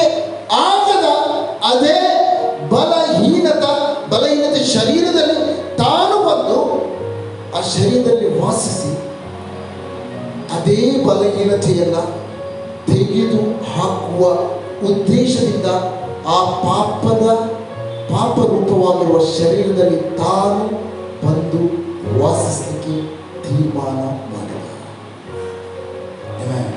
ಹಲ್ಲೆಲೂಯಾ, ಹಲ್ಲೆಲೂಯಾ. ಹೇಳೋಣ, ಬಲಹೀನತೆಯ ಶರೀರದಲ್ಲಿ ಆತನು ಬರಲು ತೀರ್ಮಾನಿಸಿದ. ಆತನು ಬಂದದ್ದು ಶರೀರಧಾರಿಯಾಗಿ ಮಾತ್ರವಲ್ಲ ಬಂದದ್ದು, ಆತನು ಬಲಹೀನತೆಯ ಶರೀರದಲ್ಲಿ ಆತನು ಇರಲಿಕ್ಕೆ ಬಯಸಿದ. ಹಲ್ಲೆಲೂಯಾ. ನಾವು ಕರ್ತನ ಆಶೀರ್ವಾದಗಳನ್ನು ನೋಡುವಾಗ ಆತನು ಎಲ್ಲಿ ಜನಕವಾಗಿ ನಮಗೋಸ್ಕರ ತನ್ನ ಪ್ರೀತಿಯನ್ನು ತೋರಿಸಿದ ಹೇಳುವಂಥದ್ದು ಇವತ್ತಿನ ಸಂದೇಶ. ಯಾವಾಗಲೂ ಆಶೀರ್ವಾದದ ಬಗ್ಗೆ ನಾವು ಮಾತಾಡೋಣ. Yes, but the same time how we have to get the receive the blessing. ಎಲ್ಲಿ ಹೇಗೆ ನಮಗೆ ಆಶೀರ್ವಾದ ಪಡ್ಕೊಳ್ಳಿಕ್ಕೆ ಸಾಧ್ಯ ಇದೆ? ಇಲ್ಲಿ ಯೇಸು ಕ್ರಿಸ್ತನು ನಮಗೋಸ್ಕರ ತೋರಿಸಿದ ಪ್ರೀತಿಯ ಪ್ರಕಟಣೆಯಾಗಿದೆ. ಇವತ್ತು ಯಾಕೆ ಆತನು ಶರೀರಧಾರಿಯಾಗಿ, ಒಂದು ಆತನು ನಾವು ಶರೀರಧಾರಿಯಾಗಿರುವ ನಿಮಿತ್ತ ಆತನು ಶರೀರಧಾರಿಯಾಗಿ. ಎರಡನೇ ಶಕ್ತಿ ಇರ್ತದೆ, ನಾವು ಬಲಹೀನರಾಗಿದ್ದ ನಿಮಿತ್ತ ಆತನು ಬಲಹೀನ ಶರೀರದಲ್ಲಿ ಇರಲಿಕ್ಕೆ ಬಯಸಿ. ಯಾಕೆಂದರೆ ಹೇಳ್ತೇವೆ, ದೇವರಿಗೆ ದಾದ ಗೊತ್ತು ಈಗಿನ ಕಷ್ಟ.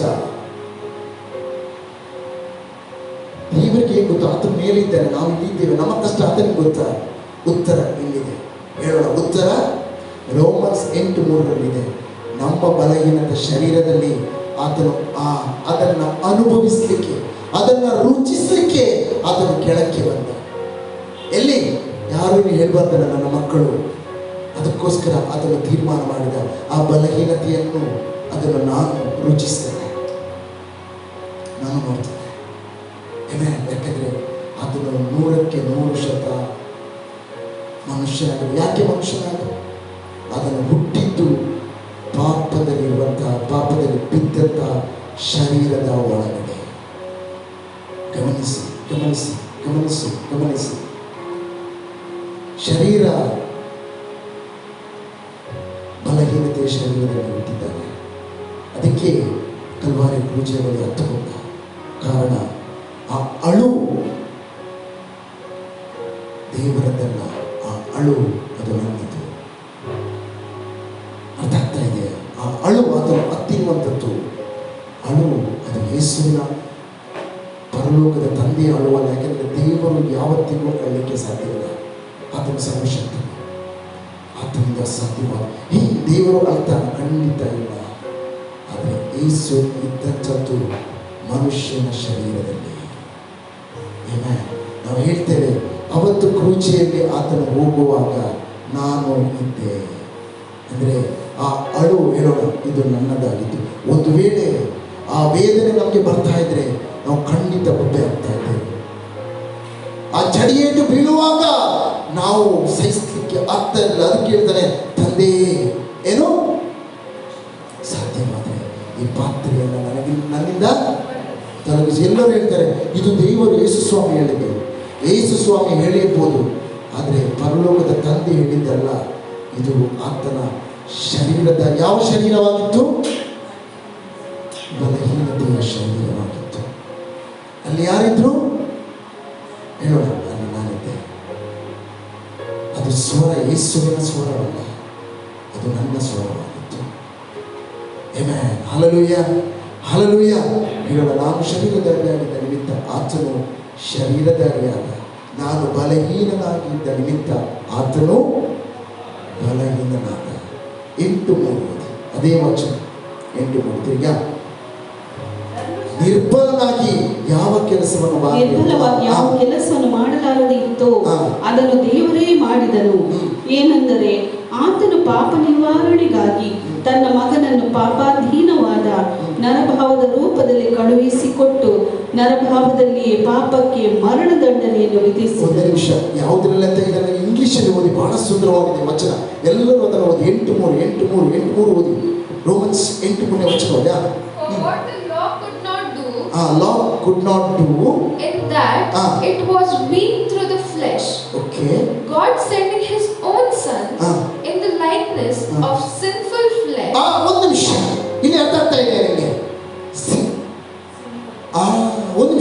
ಗಮನಿಸಿ ಏನು ಹೇಳ್ತಾ ಇದೆ. ಈ ವಾಕ್ಯವನ್ನು ಟಿಪ್ ಮಾಡಿ ಒಂದು 10 ಸಲ ಓದಿ ಮನೆಯಲ್ಲಿ. 8ನೇ ಅಧ್ಯಾಯ 3ನೇ ವಚನ. ಯೇಸು ಕ್ರಿಸ್ತನು ಪರಿಶುದ್ಧನು, ಆತ್ಮದಲ್ಲಿ ಪರಿಶುದ್ಧರಾಗಿರಬಹುದು. ಆತನ ಶರೀರದಲ್ಲಿ ಬಲಹೀನ ಹೊಂದಿದ್ರು ಆತನು ಪಾಪ ಮಾಡಲಿಲ್ಲ. ಆದರೆ ಆತನ ಶರೀರ ಯಾವುದು? ಆತನ ಶರೀರ ಯಾವುದು? S, sinful flesh. ಬಲಹೀನತೆಯಲ್ಲಿದ್ದಂಥ ಪಾಪದಲ್ಲಿ ಬಿದ್ದು ಹೋದ ಶರೀರದಲ್ಲಿ ವಾಸ ಮಾಡಿ. ಆದರೆ ಆತನ ಪರಿಶುದ್ಧ, ಆತನ ಪರಿಶುದ್ಧ. ಗಮನಿಸಿ, ಆತನ ಪರಿಶುದ್ಧ. ಆದರೆ ಆತನು ನೆಲೆಯಾಗಿರುವ ಶರೀರ ಪಾಪದ ಶರೀರ. ಹೇಳೋಣ, ಅಳುವುದಕ್ಕೆ ಒಂದು ಕಾರಣವಿದೆ. ತಂದೆ ಸದ್ಯ ಅದನ್ನು ತೊಲಗಿಸಿದರು ಹೇಳುವುದಕ್ಕೆ ಕಾರಣವಿದೆ. ಕಾರಣ ಆತನು ಧರಿಸಿಕೊಂಡಿರುವಂಥದ್ದು ಮನುಷ್ಯನ ಶರೀರ. ಅದರ ವಿಷಯದಲ್ಲಿ ನಾನು ಹೇಳ್ತಾ ಇದ್ದೇನೆ. ಒಂದನೇದು, ಆತನು ನಾವು ಶರೀರಧಾರಿಯಾಗಿದ್ದ ನಿಮಿತ್ತ ಆತನು ಶರೀರಧಾರಿಯಾದ, ನಾವು ಬಲಹೀನರಾದ ನಿಮಿತ್ತ ಆತನು ಬಲಹೀನನಾಗಿ ಆತನು ಈ ಲೋಕಕ್ಕೆ ಬಂದ. 3ನೇ ಸಂಗತಿ ಏನು ಗೊತ್ತಾ? ಆತನು ಮರಣದಲ್ಲಿ, ಅಂದರೆ ಆತನು ಸಾಯುವುದಕ್ಕೋಸ್ಕರನೇ ಆತನು ಈ ಲೋಕಕ್ಕೆ ಬಂದ. ಆತನು ಮರಣವನ್ನು ಹೊಂದುವ ಉದ್ದೇಶದಿಂದ ಈ ಲೋಕಕ್ಕೆ ಬಂದ. 8ನೇ ಅಧ್ಯಾಯ 3ನೇ ವಚನ ಕೆಳಗೆ ಹೋದ. ನರಭಾವದಲ್ಲಿ ಪಾಪ ಮರಣ ದಂಡನೆಯನ್ನು, ಪಾಪಕ್ಕೆ ಮರಣ ದಂಡನೆಯನ್ನು ವಿಧಿಸಿದನು. ಹೀಗಿರಲು ಶರೀರ ಭಾವಕ್ಕೆ ಅನುಸಾರವಾಗಿ ನಡೆಯದೆ ಪವಿತ್ರಾತ್ಮನಾಸರವಾಗಿ ನಡೆಯುವವರಾದ ನಮ್ಮಲ್ಲಿ ಧರ್ಮಶಾಸ್ತ್ರ ನಿಯಮವು ನೆರವೇರುವುದಕ್ಕೆ ಮಾರ್ಗವಾಯಿತು. Hallelujah, hallelujah. ಒಂದು ನಿಮಿಷ. ಶರೀರ ಇಲ್ಲದೆ, ಗಮನಿಸಿ, ಎಲ್ಲ ನನ್ನ ಮಕ್ಕಳು, ಶರೀರ ಇಲ್ಲದೆ ಯಾರಿಗಾದರೂ ಮರಣ ಹೊಂದಲಿಕ್ಕೆ ಆಗ್ತದ? ಹೇಳಿ, ಶರೀರ ಇಲ್ಲದೆ ಮರಣ ಹೊಂದಲಿಕ್ಕೆ ಆಗ್ತದ? ದೇವರು ಆತ್ಮಸ್ವರೂಪಿ, ಆತನಿಗೆ ಮರಣ ಹೊಂದಲಿಕ್ಕೆ ಆಗ್ತದ? ಇಲ್ಲ. ಆತನ ಏನಾಗಬೇಕು? ಹಾಗಾದ್ರೆ ಆತನಿಗೆ ಮರಣ ಹೊಂದಬೇಕಾದ್ರೆ ಏನ್ ಬೇಕು? ಶರೀರ ಬೇಕು. ಹಾಗಾದ್ರೆ ಯಾವ ಶರೀರದಲ್ಲಿ ಪಾಪ ಪರಿಹಾರ ಆಗ್ತದೆ? ಯಾವ ಶರೀರದಲ್ಲಿ? ಬಲಹೀನತೆಯ ಶರೀರದಲ್ಲಿಯೇ ಪಾಪ ಪರಿಹಾರ. ಪರಿಶುದ್ಧ. ಒಂದು ನಿಮಿಷ. ಮಾಂಸಧಾರಿಯನ್ನ ದೇವರಿಗೆ ಪರಲೋಕದಿಂದಲೇ ಯೇಸುವನ್ನ ಸೃಷ್ಟಿ ಮಾಡಿ ಒಬ್ಬ 30 ವರ್ಷದ ವ್ಯಕ್ತಿಯನ್ನ ಈ ಲೋಕಕ್ಕೆ ಕಳುಹಿಸಿಕೊಳ್ಬೋದಿತ್ತು. ಇಲ್ಲ, ಕೊಡ್ಲಿಲ್ಲ. ಅದರ ಉದ್ದೇಶ ಏನು ಗೊತ್ತಾ? ಉದ್ದೇಶ ದೇವರ ವಾಕ್ಯ ಹೇಳ್ತದೆ, ಪಾಪಕ್ಕೆ ಪಾಪದ ಶರೀರದಲ್ಲಿಯೇ ಶಿಕ್ಷೆಯಾಗಬೇಕು. ಪಾಪಕ್ಕೆ ಪಾಪದ ಶರೀರದಲ್ಲಿಯೇ ಶಿಕ್ಷೆಯಾಗಬೇಕು. ಅದನ್ನ ನೆನಪಲ್ಲಿಟ್ಕೊಳ್ಳಿ. ಯಾವಾಗ ಪಾಪಕ್ಕೆ ಪಾಪದ ಶರೀರದಲ್ಲಿಯೇ ಶಿಕ್ಷೆಯಾಗಬೇಕು. ಅದರ ನಿಮಿತ್ತ ಪಾಪದ ಶರೀರದ ಒಳಗಡೆ ಯೇಸು ಜನಿಸಿದಂತ. Amen, hallelujah. ಪಾಪದ ಶರೀರದಲ್ಲಿ ಪಾಪಕ್ಕೆ ಪರಿಹಾರವನ್ನು ಕೊಡುವಂತೆ ಆತನು ಶುದ್ಧನಾಗಿ ಬರಲಿಲ್ಲ. ಆತನು ಪರಿಶುದ್ಧನು, ಹೌದು. ಪರಿಶುದ್ಧನಾದ ದೇವರು ಆತನ ಬಲಹೀನತೆಯ ಶರೀರದ ಒಳಗಡೆ ಬಂದ ಕಾರಣ ಇಷ್ಟೇ. ಆ ಶರೀರದಲ್ಲಿಯೇ ಎಲ್ಲರಿಗೂ ಪಾಪ ಪರಿಹಾರವಾಗಬೇಕೆಂಬುದಾಗಿ ದೇವರ ಉದ್ದೇಶವಾಗಿತ್ತು. ಆಮೆನ್. 30 ವರ್ಷ ನಡೆದಾಡುವ ದೇವರು ಈ ಲೋಕದಲ್ಲಿ ನಡೆದಾಡಿದ. ಯಾರಿಗೂ ಗೊತ್ತಿಲ್ಲ. ಪರಾತ್ಪರನಾದ ದೇವರಿಗಿದ್ದಾನೆ ಎಂಬುದಾಗಿ, ಭೂಮ್ಯಾಕಾಶಗಳನ್ನು ಸೃಷ್ಟಿ ಮಾಡಿದ ದೇವರಿಗಿದ್ದಾನೆ ಎಂಬುದಾಗಿ ಯಾರಿಗೂ ಗೊತ್ತಿಲ್ಲ. ಆತನನ್ನು ಮುಖಕ್ಕೆ ಉಗಿಯುವಾಗ ಯಾರಿಗೂ ಗೊತ್ತಿರಲಿಲ್ಲ. ಆತನನ್ನು ಗಡ್ಡೆ ಇಳಿಯುವಾಗ ಯಾರಿಗೂ ಗೊತ್ತಿರಲಿಲ್ಲ. ಆತನಿಗೆ ಚಡಿಯೇಟು ಕೊಡುವಾಗ ಯಾರಿಗೂ ಗೊತ್ತಿರಲಿಲ್ಲ. ಇಲ್ಲಿ ಗೊತ್ತಿದೆಯಾ ಒಂದು ಸಂಗತಿ? ರೋಮ್ ಸಾಮ್ರಾಜ್ಯದಲ್ಲಿ 3 ಸಂಗತಿಯ ಶಿಕ್ಷೆ, 3 ನ್ಯಾಯಸ್ಥಾನದ ಮೇಲೆ ಆತನನ್ನು ಕೊಂಡೋದ್ರು. ನ್ಯಾಯಸ್ಥಾನದ ಒಳಗಡೆ ಆತನನ್ನು ತೀರ್ಪಿಗೋಸ್ಕರ ಕೊಂಡೋದ್ರು. 39 ಚಡಿಯೇಟು ಬಿದ್ದರೆ ಅವರಿಗೆ, ಆ ಚಡಿಯೇಟು ತಿಂದವರಿಗೆ ಶಿಲುಬೆಯ ಮರಣವಿಲ್ಲ. ಶಿಲುಬೆಯ ಮರಣ ಹೊಂದುವವನಿಗೆ ಚಡಿಯೇಟು ಇಲ್ಲ. ಆದರೆ ಯೇಸು ಕ್ರಿಸ್ತನು ನ್ಯಾಯಾಸನಕ್ಕೂ ಹೋದ, ಚಡಿಯೇಟನ್ನು ತಿಂದ. ರಾಜ ಅದನ್ನು ಪಾಪ ಮಾಡದೆ ಇದ್ದರೂ ಆ ಪಾಪಾಧೀನ ಶರೀರದಲ್ಲಿ ಎಲ್ಲವನ್ನು ಅದನ್ನು ವಹಿಸಿ ಮುಗಿಸಿಬಿಟ್ಟ. Hallelujah, hallelujah, hallelujah. This was the truth. ನಾನು ಇವತ್ತು ಹೇಳ್ತೇನೆ, ನಾನು ಶರೀರದಲ್ಲಿ ನಿಮಿತ್ತ ಅದನ್ನು ನನಗೋಸ್ಕರ ಬಂದ. ನಾನು ಬಲಹೀನನಾಗಿದ್ದ ನಿಮಿತ್ತ ಆತನು ಬಲಹೀನತೆಯನ್ನು ಶರೀರದಲ್ಲಿ ಬಂದ.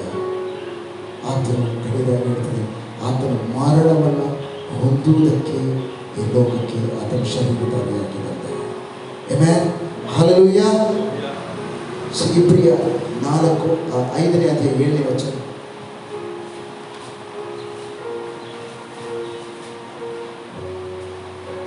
Who in the days of his flesh, when he had offered up prayers and supplications with strong crying and tears unto him that was able to save him from death, and was heard in that he feared.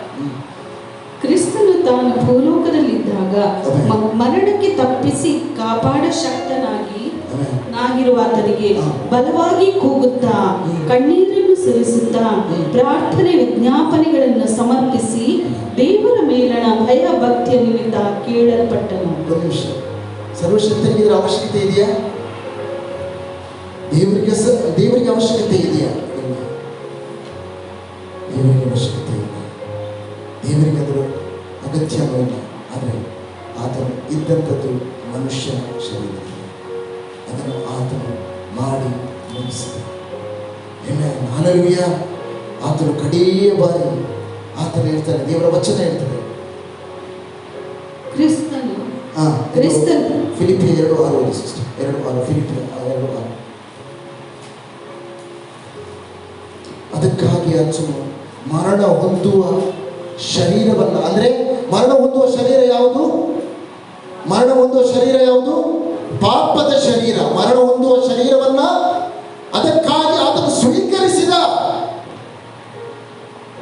ಮರಣ ಹೊಂದುವ ಶರೀರವನ್ನ ಪರಲೋಕದ ತಂದೆಯು ಸ್ವೀಕರಿಸಿದ. ಯಾಕೆ ಹೇಳೋಣ? ನನ್ನ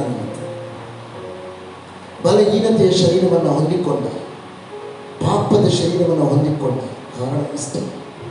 ಅದೇ ಆ ಶರೀರದಲ್ಲಿ ಏನಿದೆ? ಪಾಪದ ವಿಮೋಚನೆ ಇದೆ. ಬಹಳ ಎಷ್ಟು ಜನರು ಇದನ್ನು ಆಳವಾಗಿ ನೀವು ತಿಳ್ಕೊಂಡು ಗೊತ್ತಿಲ್ಲ. ಒಂದು ಸತ್ಯ, ದೇವರಿಗೆ ಪರಲೋಕದಿಂದ ಶರೀರವನ್ನು ಮಾಡಿ ಕಳಿಸಬಹುದಿತ್ತು, ಕಳಿಸ್ತಿಲ್ಲ. ಕಾರಣ ಇಷ್ಟೇ, ಭೂಲೋಕದಲ್ಲಿ ಯಾವ ಮನುಷ್ಯನು ಪಾಪ ಮಾಡಿದ ಅದೇ ಶರೀರದಲ್ಲಿ ಆತನಿಗೆ ಏನಿತ್ತು? ಪಾಪ ಪರಿಹಾರ ಇರಬೇಕು, ಅದರಲ್ಲಿ ಶಿಕ್ಷೆ ಹೊಂದಬೇಕು. ಅವನು ಭೂಲೋಕದಲ್ಲಿ ಪಾಪ ಮಾಡಿದ ಮನುಷ್ಯ, ಪ್ರತಿಯೊಬ್ಬ ಮನುಷ್ಯ ಅವನು ಮಾಡಿದ ಅದೇ ಆ ಶರೀರದಲ್ಲಿ ಏನು ಮಾಡಬೇಕು? ಶಿಕ್ಷೆಯನ್ನು ಹೊಂದಬೇಕು. ದೇವರು ಅದನ್ನು ಮಾಡಿದ. ಇಲ್ಲಿ 2:6 ಫಿಲಿಪಿ 2:6. ಆತನು ದೇವ ಸ್ವರೂಪನಾಗಿದ್ದರು ದೇವರಿಗೆ ಸರಿಸಮಾನನಾಗಿರುವುದೆಂಬ ಅಮೂಲ್ಯ ಪದವಿಯನ್ನು ಬಿಡಲೊಲ್ಲೆನೆ ಎಂದೆಣಿಸದೆ ತನ್ನನ್ನು ತಾನು ಬರೆದು ಮಾಡಿಕೊಂಡು ದಾಸನ ರೂಪವನ್ನು ಧರಿಸಿಕೊಂಡು ಮನುಷ್ಯರಿಗೆ ಸದೃಶ್ಯನಾದನು. ಇಲ್ಲಿ ದೇವರ ವಚನ ಮುಂದೆ ಓದ್ತಾ ಹೋಗುವಾಗ ದೇವರ ವಚನ ಹೇಳ್ತದೆ, ಅಗಮ್ಯವಾದಂಥ ಬೆಳಕಿನಲ್ಲಿ ಪರಿಶುದ್ಧನಾದ ಎಲ್ಲ ಸರ್ವಶಕ್ತನಾದ ದೇವರು ತನ್ನ ಸ್ಥಾನವನ್ನು ಬಿಟ್ಟು ಅದರ ಮನುಷ್ಯನಾಗಿ ಅರಸನಾಗಿ ಬರ್ಬೋದಿತ್ತು, ಅತ್ಯುನ್ನತ ಸ್ಥಾನದಲ್ಲಿ ಬರ್ಬೋದಿತ್ತು. ಅಲ್ಲಿಯೂ ಹೇಳ್ತಾರೆ, ಮನುಷ್ಯನಾಗಿ ಬಂದದ್ದು ಮಾತ್ರವಲ್ಲ, ಬಹು ಬಲಹೀನತೆಯುಳ್ಳ ಮನುಷ್ಯನಾಗಿ ಬಂದ. ಬಲಹೀನನು ಮಾತ್ರವಲ್ಲ, ಆತನ ಒಬ್ಬ ದಾಸನ ರೂಪದಲ್ಲಿ ಆತನು ಬಂದ. ದಾಸನ ರೂಪದಲ್ಲಿ ಬಂದಿರುವಂಥದ್ದು ಮಾತ್ರವಲ್ಲ, ಅವರ ಮುಂದಿನ ವಚನ ಇದೆ, ದಾಸನ ರೂಪದಲ್ಲಿ ಬಂದವನು ಮರಣವನ್ನು ಹೊಂದಲಿಕ್ಕೂ ಸಿದ್ಧನಾದ. ಮರಣವನ್ನು ಹೊಂದಲಿಕ್ಕೆ ಸಿದ್ಧನಾದ ವ್ಯಕ್ತಿ ಕಡೇ ಪಕ್ಷ ಆ ಮರಣವನ್ನ, ಒಳ್ಳೆ ಮರಣವನ್ನು ಹೊಂದಬಹುದಿತ್ತು. ಇಲ್ಲ, ಬಹಳ ಕಠಿಣವಾದ, ಕಠೋರವಾದ, ಬಹಳ ಕೆಳಮಟ್ಟದ ಮರಣವನ್ನ ಹೊಂದಲಿಕ್ಕೆ ತನ್ನನ್ನು ತಾನು ಒಪ್ಪಿಸಿಕೊಂಡ. ಮಹಾಪರಿಷದನಾದ ದೇವರು ತನ್ನ ಎಲ್ಲ ಸ್ಥಾನವನ್ನು ಅಲ್ಲಿ ಓದಿಸಿ 2:6 ಓದಿ ಅದನ್ನ ಆತನು ದೇವ ಸ್ವರೂಪನಾಗಿದ್ದರೂ ದೇವರಿಗೆ ಸರಿಸಮಾನನಾಗಿರುವುದೆಂಬ ಅಮೂಲ್ಯ ಪದವಿಯನ್ನು ಬಿಡಲಲ್ಲ ಎಂದೆಣಿಸದೆ ತನ್ನನ್ನು ತಾನು ಬರೆದು ಮಾಡಿಕೊಂಡು ದಾಸನ ರೂಪವನ್ನು ಧರಿಸಿಕೊಂಡು ಮನುಷ್ಯರಿಗೆ ಸದೃಶನಾದನು. ಮೊದಲು ಆತನು ದಾಸನ ರೂಪ, ಯಾಕಂದ್ರೆ ಮನುಷ್ಯನಾಗಿ ಆ ದಾಸನ ರೂಪವನ್ನ ತಾಳಿಗೂ ಆತನು ತನ್ನನ್ನು ತಾನು ಒಪ್ಪಿಸಿಕೊಂಡ. ನೆಕ್ಸ್ಟ್, ಹೀಗೆ ಆತನು ಆ ಕಾಲದಲ್ಲಿ ಮನುಷ್ಯನಾಗಿ ಕಾಣಿಸಿಕೊಂಡಿದ್ದಾಗ ತನ್ನನ್ನ ತಗ್ಗಿಸಿಕೊಂಡು, ಅಂದ್ರೆ ಆ ದಾಸತ್ವದ ರೂಪವನ್ನ ಆತನು ಇನ್ನೂ ಆತನು ಕೆಳಕ್ಕೆ ಹೋಗ್ತಾನೆ. ಎಲ್ಲಿ ತನಕ ಹೋಗ್ತಾನೆ ಅಂದ್ರೆ ಮರಣವನ್ನ ಹೊಂದುವಷ್ಟು ಬಾರಿಗೆ. ಎಲ್ಲಿ? ಯಾವ ಮರಣ? ಶಿಲುಬೆಯ ಮರಣ. ಪ್ರಿಯ, ನಾನು ಇದನ್ನೆಲ್ಲ ಯಾಕೆ ಹೇಳ್ತಾ ಇದ್ದೇನೆ? ಕಾರಣ ಇಷ್ಟೇ, ಅಷ್ಟರ ಮಟ್ಟಕ್ಕೆ ನಮ್ಮ ತಂದೆಯು ನಮ್ಮನ್ನು ಪ್ರೀತಿಸಿದ್ದಾನೆ. ನಿಮ್ಮ ಯೋಚಿಸುವುದಕ್ಕಿಂತಲೂ ಅಥವಾ ನೀವು ಗ್ರಹಿಸುವುದಕ್ಕಿಂತಲೂ ಅತ್ಯಧಿಕವಾಗಿ ದೇವರು ನಮ್ಮನ್ನು ಪ್ರೀತಿಸ್ತಾರೆ. ಅದಕ್ಕೆ ದೇವರ ವಾಕ್ಯ, ನಾನು ನಿಮ್ಮನ್ನು ಶಾಶ್ವತವಾದ ಪ್ರೇಮದಿಂದಲೇ, ಶಾಶ್ವತವಾದ ಪ್ರೇಮ ಹೇಳೋಣ. ಆತನ ಪ್ರೀತಿ ಕೈ ಬಿಡುವ ಪ್ರೀತಿಯನ್ನು, ಯಾಕಂದರೆ ಈ ಬೆಲೆಯನ್ನು ಕೊಟ್ಟ ಆತನು, ಹೇಳೋಣ, ಈ ಬೆಲೆಯನ್ನು ಕೊಟ್ಟ ಆತನು ಎಂದಿಗೂ ಕೈ ಬಿಡಲು ಸಾಧ್ಯವಿದೆಯಾ? ಸಾಧ್ಯವಿಲ್ಲ. ಹೇಳೋಣ, ಈ ಬೆಲೆ ಕೊಟ್ಟ ಆತನು ಎಲ್ಲರೂ ತಿಳಿಯಬೇಕು. Thank you. ಎಲ್ಲಿ ತನಕ ಅಂತ ಹೇಳಿದ್ರೆ, ಆತನನ್ನು ನೋಯಿಸುವವರ ಮುಂದೆ, ಆತನನ್ನು ಅವಮಾನಪಡಿಸುವವರ ಮುಂದೆ, ಉಗಿದು ಆತನ ಮುಖಕ್ಕೆ ಅವಮಾನಪಡಿಸಿ ಆತನ ಸಾಯುವಷ್ಟು ಮಟ್ಟಕ್ಕೆ ಆತನನ್ನು ಹೊಡೆದವರ ಮುಂದೆ ಒಂದೇ ಒಂದು ಮಾತು ಸಾಕಿತ್ತು. ಒಂದೇ ಒಂದು ಮಾತು ಆತನು ಮಾತನಾಡಿದರೆ ಸಾಕಿತ್ತು. ಇಡೀ ಗಣಗಳ ರೂಪದಲ್ಲಿ ಆತ್ಮೀಯ ಲೋಕದಲ್ಲಿ ದೇವದೂತರು ಕಾಯ್ತಾ ಇದ್ದಾರೆ. ಒಂದು ಮಾತು ನಮಗೋಸ್ಕರ ಹೇಳು, ನಾವು ಸಿದ್ಧರಿದ್ದೇವೆ ನಿನ್ನನ್ನು ಬಿಡಿಸಲಿಕ್ಕೆ. ಆದರೆ ಆತನು ತೀರ್ಮಾನ ಮಾಡಿದ, ಹೇಳೋಣ, ಆತನು ತೀರ್ಮಾನ ಮಾಡಿದ. ಯಾಕೆ ಗೊತ್ತಾ? ಆ ಮೌನವಾಗಿ ಆತನಿದ್ದಾರೆ. ಆತನನ್ನು ಹೊಡೆಯುವಾಗ, ಆತನು ಬಡಿಯುವಾಗ, ಆತನನ್ನು ಅವಮಾನ ಮಾಡುವಾಗ, ಆತನನ್ನು ನೋಯಿಸುವಾಗ, ಆತನನ್ನು ಆ ಕೊರಡೆಗಳಿಂದ ಹೊಡೆದು ಆ ರಕ್ತ ಬರುವ ತನಕ, ಮರಣ ಆತನನ್ನ ಬರುವ ತನಕ ಹೊಡೆಯುವಾಗಲೂ ಒಂದೇ ಸ್ಥಾನದಲ್ಲಿರುವಂತಹ ಕುರಿಮರಿಗಳು ಏನು ಮೌನವಾಗಿದೆ. ಕಾರಣ ಇಷ್ಟೇ. ಒಂದು ನಿಮಿಷ ಕೇಳಿ, ಪರಲೋಕದ ಒಂದು ವೇಳೆ ನಿಮ್ಮ ಮಕ್ಕಳನ್ನು ನೀವು ಹೊರಗೆ ಕಳಿಸ್ತೀರಿ, ಪ್ರೀತಿಯುಳ್ಳ ಮಕ್ಕಳನ್ನು ಹೊರಗೆ ಕಳಿಸುವಾಗ ತಂದೆ ತಾಯಿ ಏನ್ ಮಾಡ್ತಾರೆ? ಎಷ್ಟು ಭದ್ರವಾಗಿ ಹಿಂದೆ ಬರ್ತಾರೆ ಎಂಬುದಾಗಿ ಸಮಯವನ್ನು ನೋಡ್ತಾ ಇದ್ದಾರೆ. ಕಾಲ್ ಮಾಡ್ತಾರೆ, ಎಲ್ಲಿದೆಯಪ್ಪ? ಯಾಕೆ? ನಾವು ಅವರಿಗೆ ಜೀವ ಕೊಟ್ಟಿಲ್ಲ, ಆದರೆ ಜೀವ ಕೊಟ್ಟಿರುವ ತಂದೆ ಮಗನಾದ ಯೇಸುವನ್ನು ಈ ಲೋಕಕ್ಕೆ ಕಳುಹಿಸಿದ ಮೇಲೆ ಮಗನು ಶಿಲುಬೆಯ ಮರಣವನ್ನು ಹೊಂದಲಿಕ್ಕೆ ಆತನು ಶಿಲುಬೆಯ ಮುಂದೆ ನಿಂತಿದ್ದಾನೆ. ಶಿಲುಬೆ ಮರಣವನ್ನು ಹೊಂದಲಿಕ್ಕಿರುವಾಗ ಪರಲೋಕದ ತಂದೆ ಇದನ್ನು ನೋಡಿ, ನನ್ನ ಕೆಲಸ ಮುಗಿದ, ಆತನು ನನ್ನನ್ನು ಕಳುಹಿಸಿಬಿಟ್ಟೆ ಎಂಬುದಾಗಿ ಆತನು ಮೌನವಾಗಿರ್ತಾನೆ. ಇಲ್ಲ, ಇಡೀ ಪರಲೋಕವು ಕಂಪಿಸ್ತಾ ಇದೆ.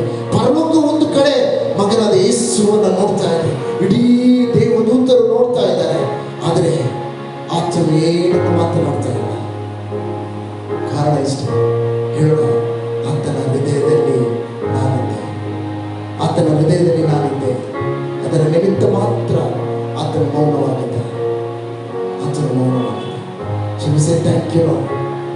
ಆ ದಿವಸ ನಾನು ಆತನ ಹೃದಯದಲ್ಲಿ ಇದ್ದದಕ್ಕಾಗಿ ನನಗೆ ಆತನ ಇಷ್ಟ. ಈ ಲೋಕದಲ್ಲಿ ಆತನ ಮನುಷ್ಯ ಶರೀರದಲ್ಲಿ ಬಂದಂತ ಒಂದೇ ಒಂದು ಉದ್ದೇಶ, ನಾನು ಆತನ ಹಾಗೆಯೇ, ನನ್ನ ಹಾಗೆಯೇ, ನಾನು ಆತನ ಹಾಗೆ ಅಲ್ಲ, ಆತನು ನನ್ನ ಹಾಗೆ ಇರಬೇಕೆಂಬುದಾಗಿ ಆತನು ನನ್ನಲ್ಲಿ ಬಂದ, ಈ ಲೋಕಕ್ಕೆ ಬಂದ. ಶರೀರದಾಗಿ ಆಗಿ ಆತನು ಈ ಲೋಕಕ್ಕೆ ಬಂದ. ಯಾಕೆ? ನಾನು ಬಲಹೀನನು, ಅದಕ್ಕಾಗಿ ಆತನು ಬಲಹೀನನಾಗಿ ಬಂದ. ನಾನು ಪಾಪದ ಶರೀರದಲ್ಲಿ, ಪಾಪದ ನಿಮಿತ್ತವಾಗಿ ಪಾಪದ ಶರೀರದಲ್ಲಿ ನಾನು ಜೀವಿಸ್ತಾ ಇದ್ದೇನೆ. ಅದಕ್ಕೋಸ್ಕರ ಆತನು ಪಾಪದ ಶರೀರದಲ್ಲಿ ಬಂದ. ಕಡೇ ಪಕ್ಷ ಆತನು ದಾಸನ ರೂಪವನ್ನು ತಾಳಿದ. ಆತನು ಆ ಮರಣವನ್ನು ಹೊಂದಲಿಕ್ಕೆ ತನ್ನನ್ನು ಆ ವಿಧೇಯತ್ವಕ್ಕೆ ಒಪ್ಪಿಸಿಕೊಟ್ಟ. ಶಿಲುಬೆಯ ಮರಣವನ್ನಾದರೂ ಅದನ್ನು ಸಂಪೂರ್ಣವಾಗಿ ಅದನ್ನು ಒಪ್ಪಿಕೊಂಡ, ಸ್ವೀಕರಿಸಿದ. ಆಮೆನ್. ಹಲ್ಲೆಲೂಯಾ. ಹೆಚ್ಚಿನ ಕರ್ತನಿಗೆ ನಾವು ಸ್ತೋತ್ರವನ್ನು ಹೇಳಲಿಕ್ಕೆ ಸಾಧ್ಯವಿದೆ ಇವತ್ತು. ಸ್ತೋತ್ರವನ್ನು ಹೇಳೋಣ. ಶ್ರೀಸಿ ಥ್ಯಾಂಕ್ ಯು. ಶಿಲುಬೆ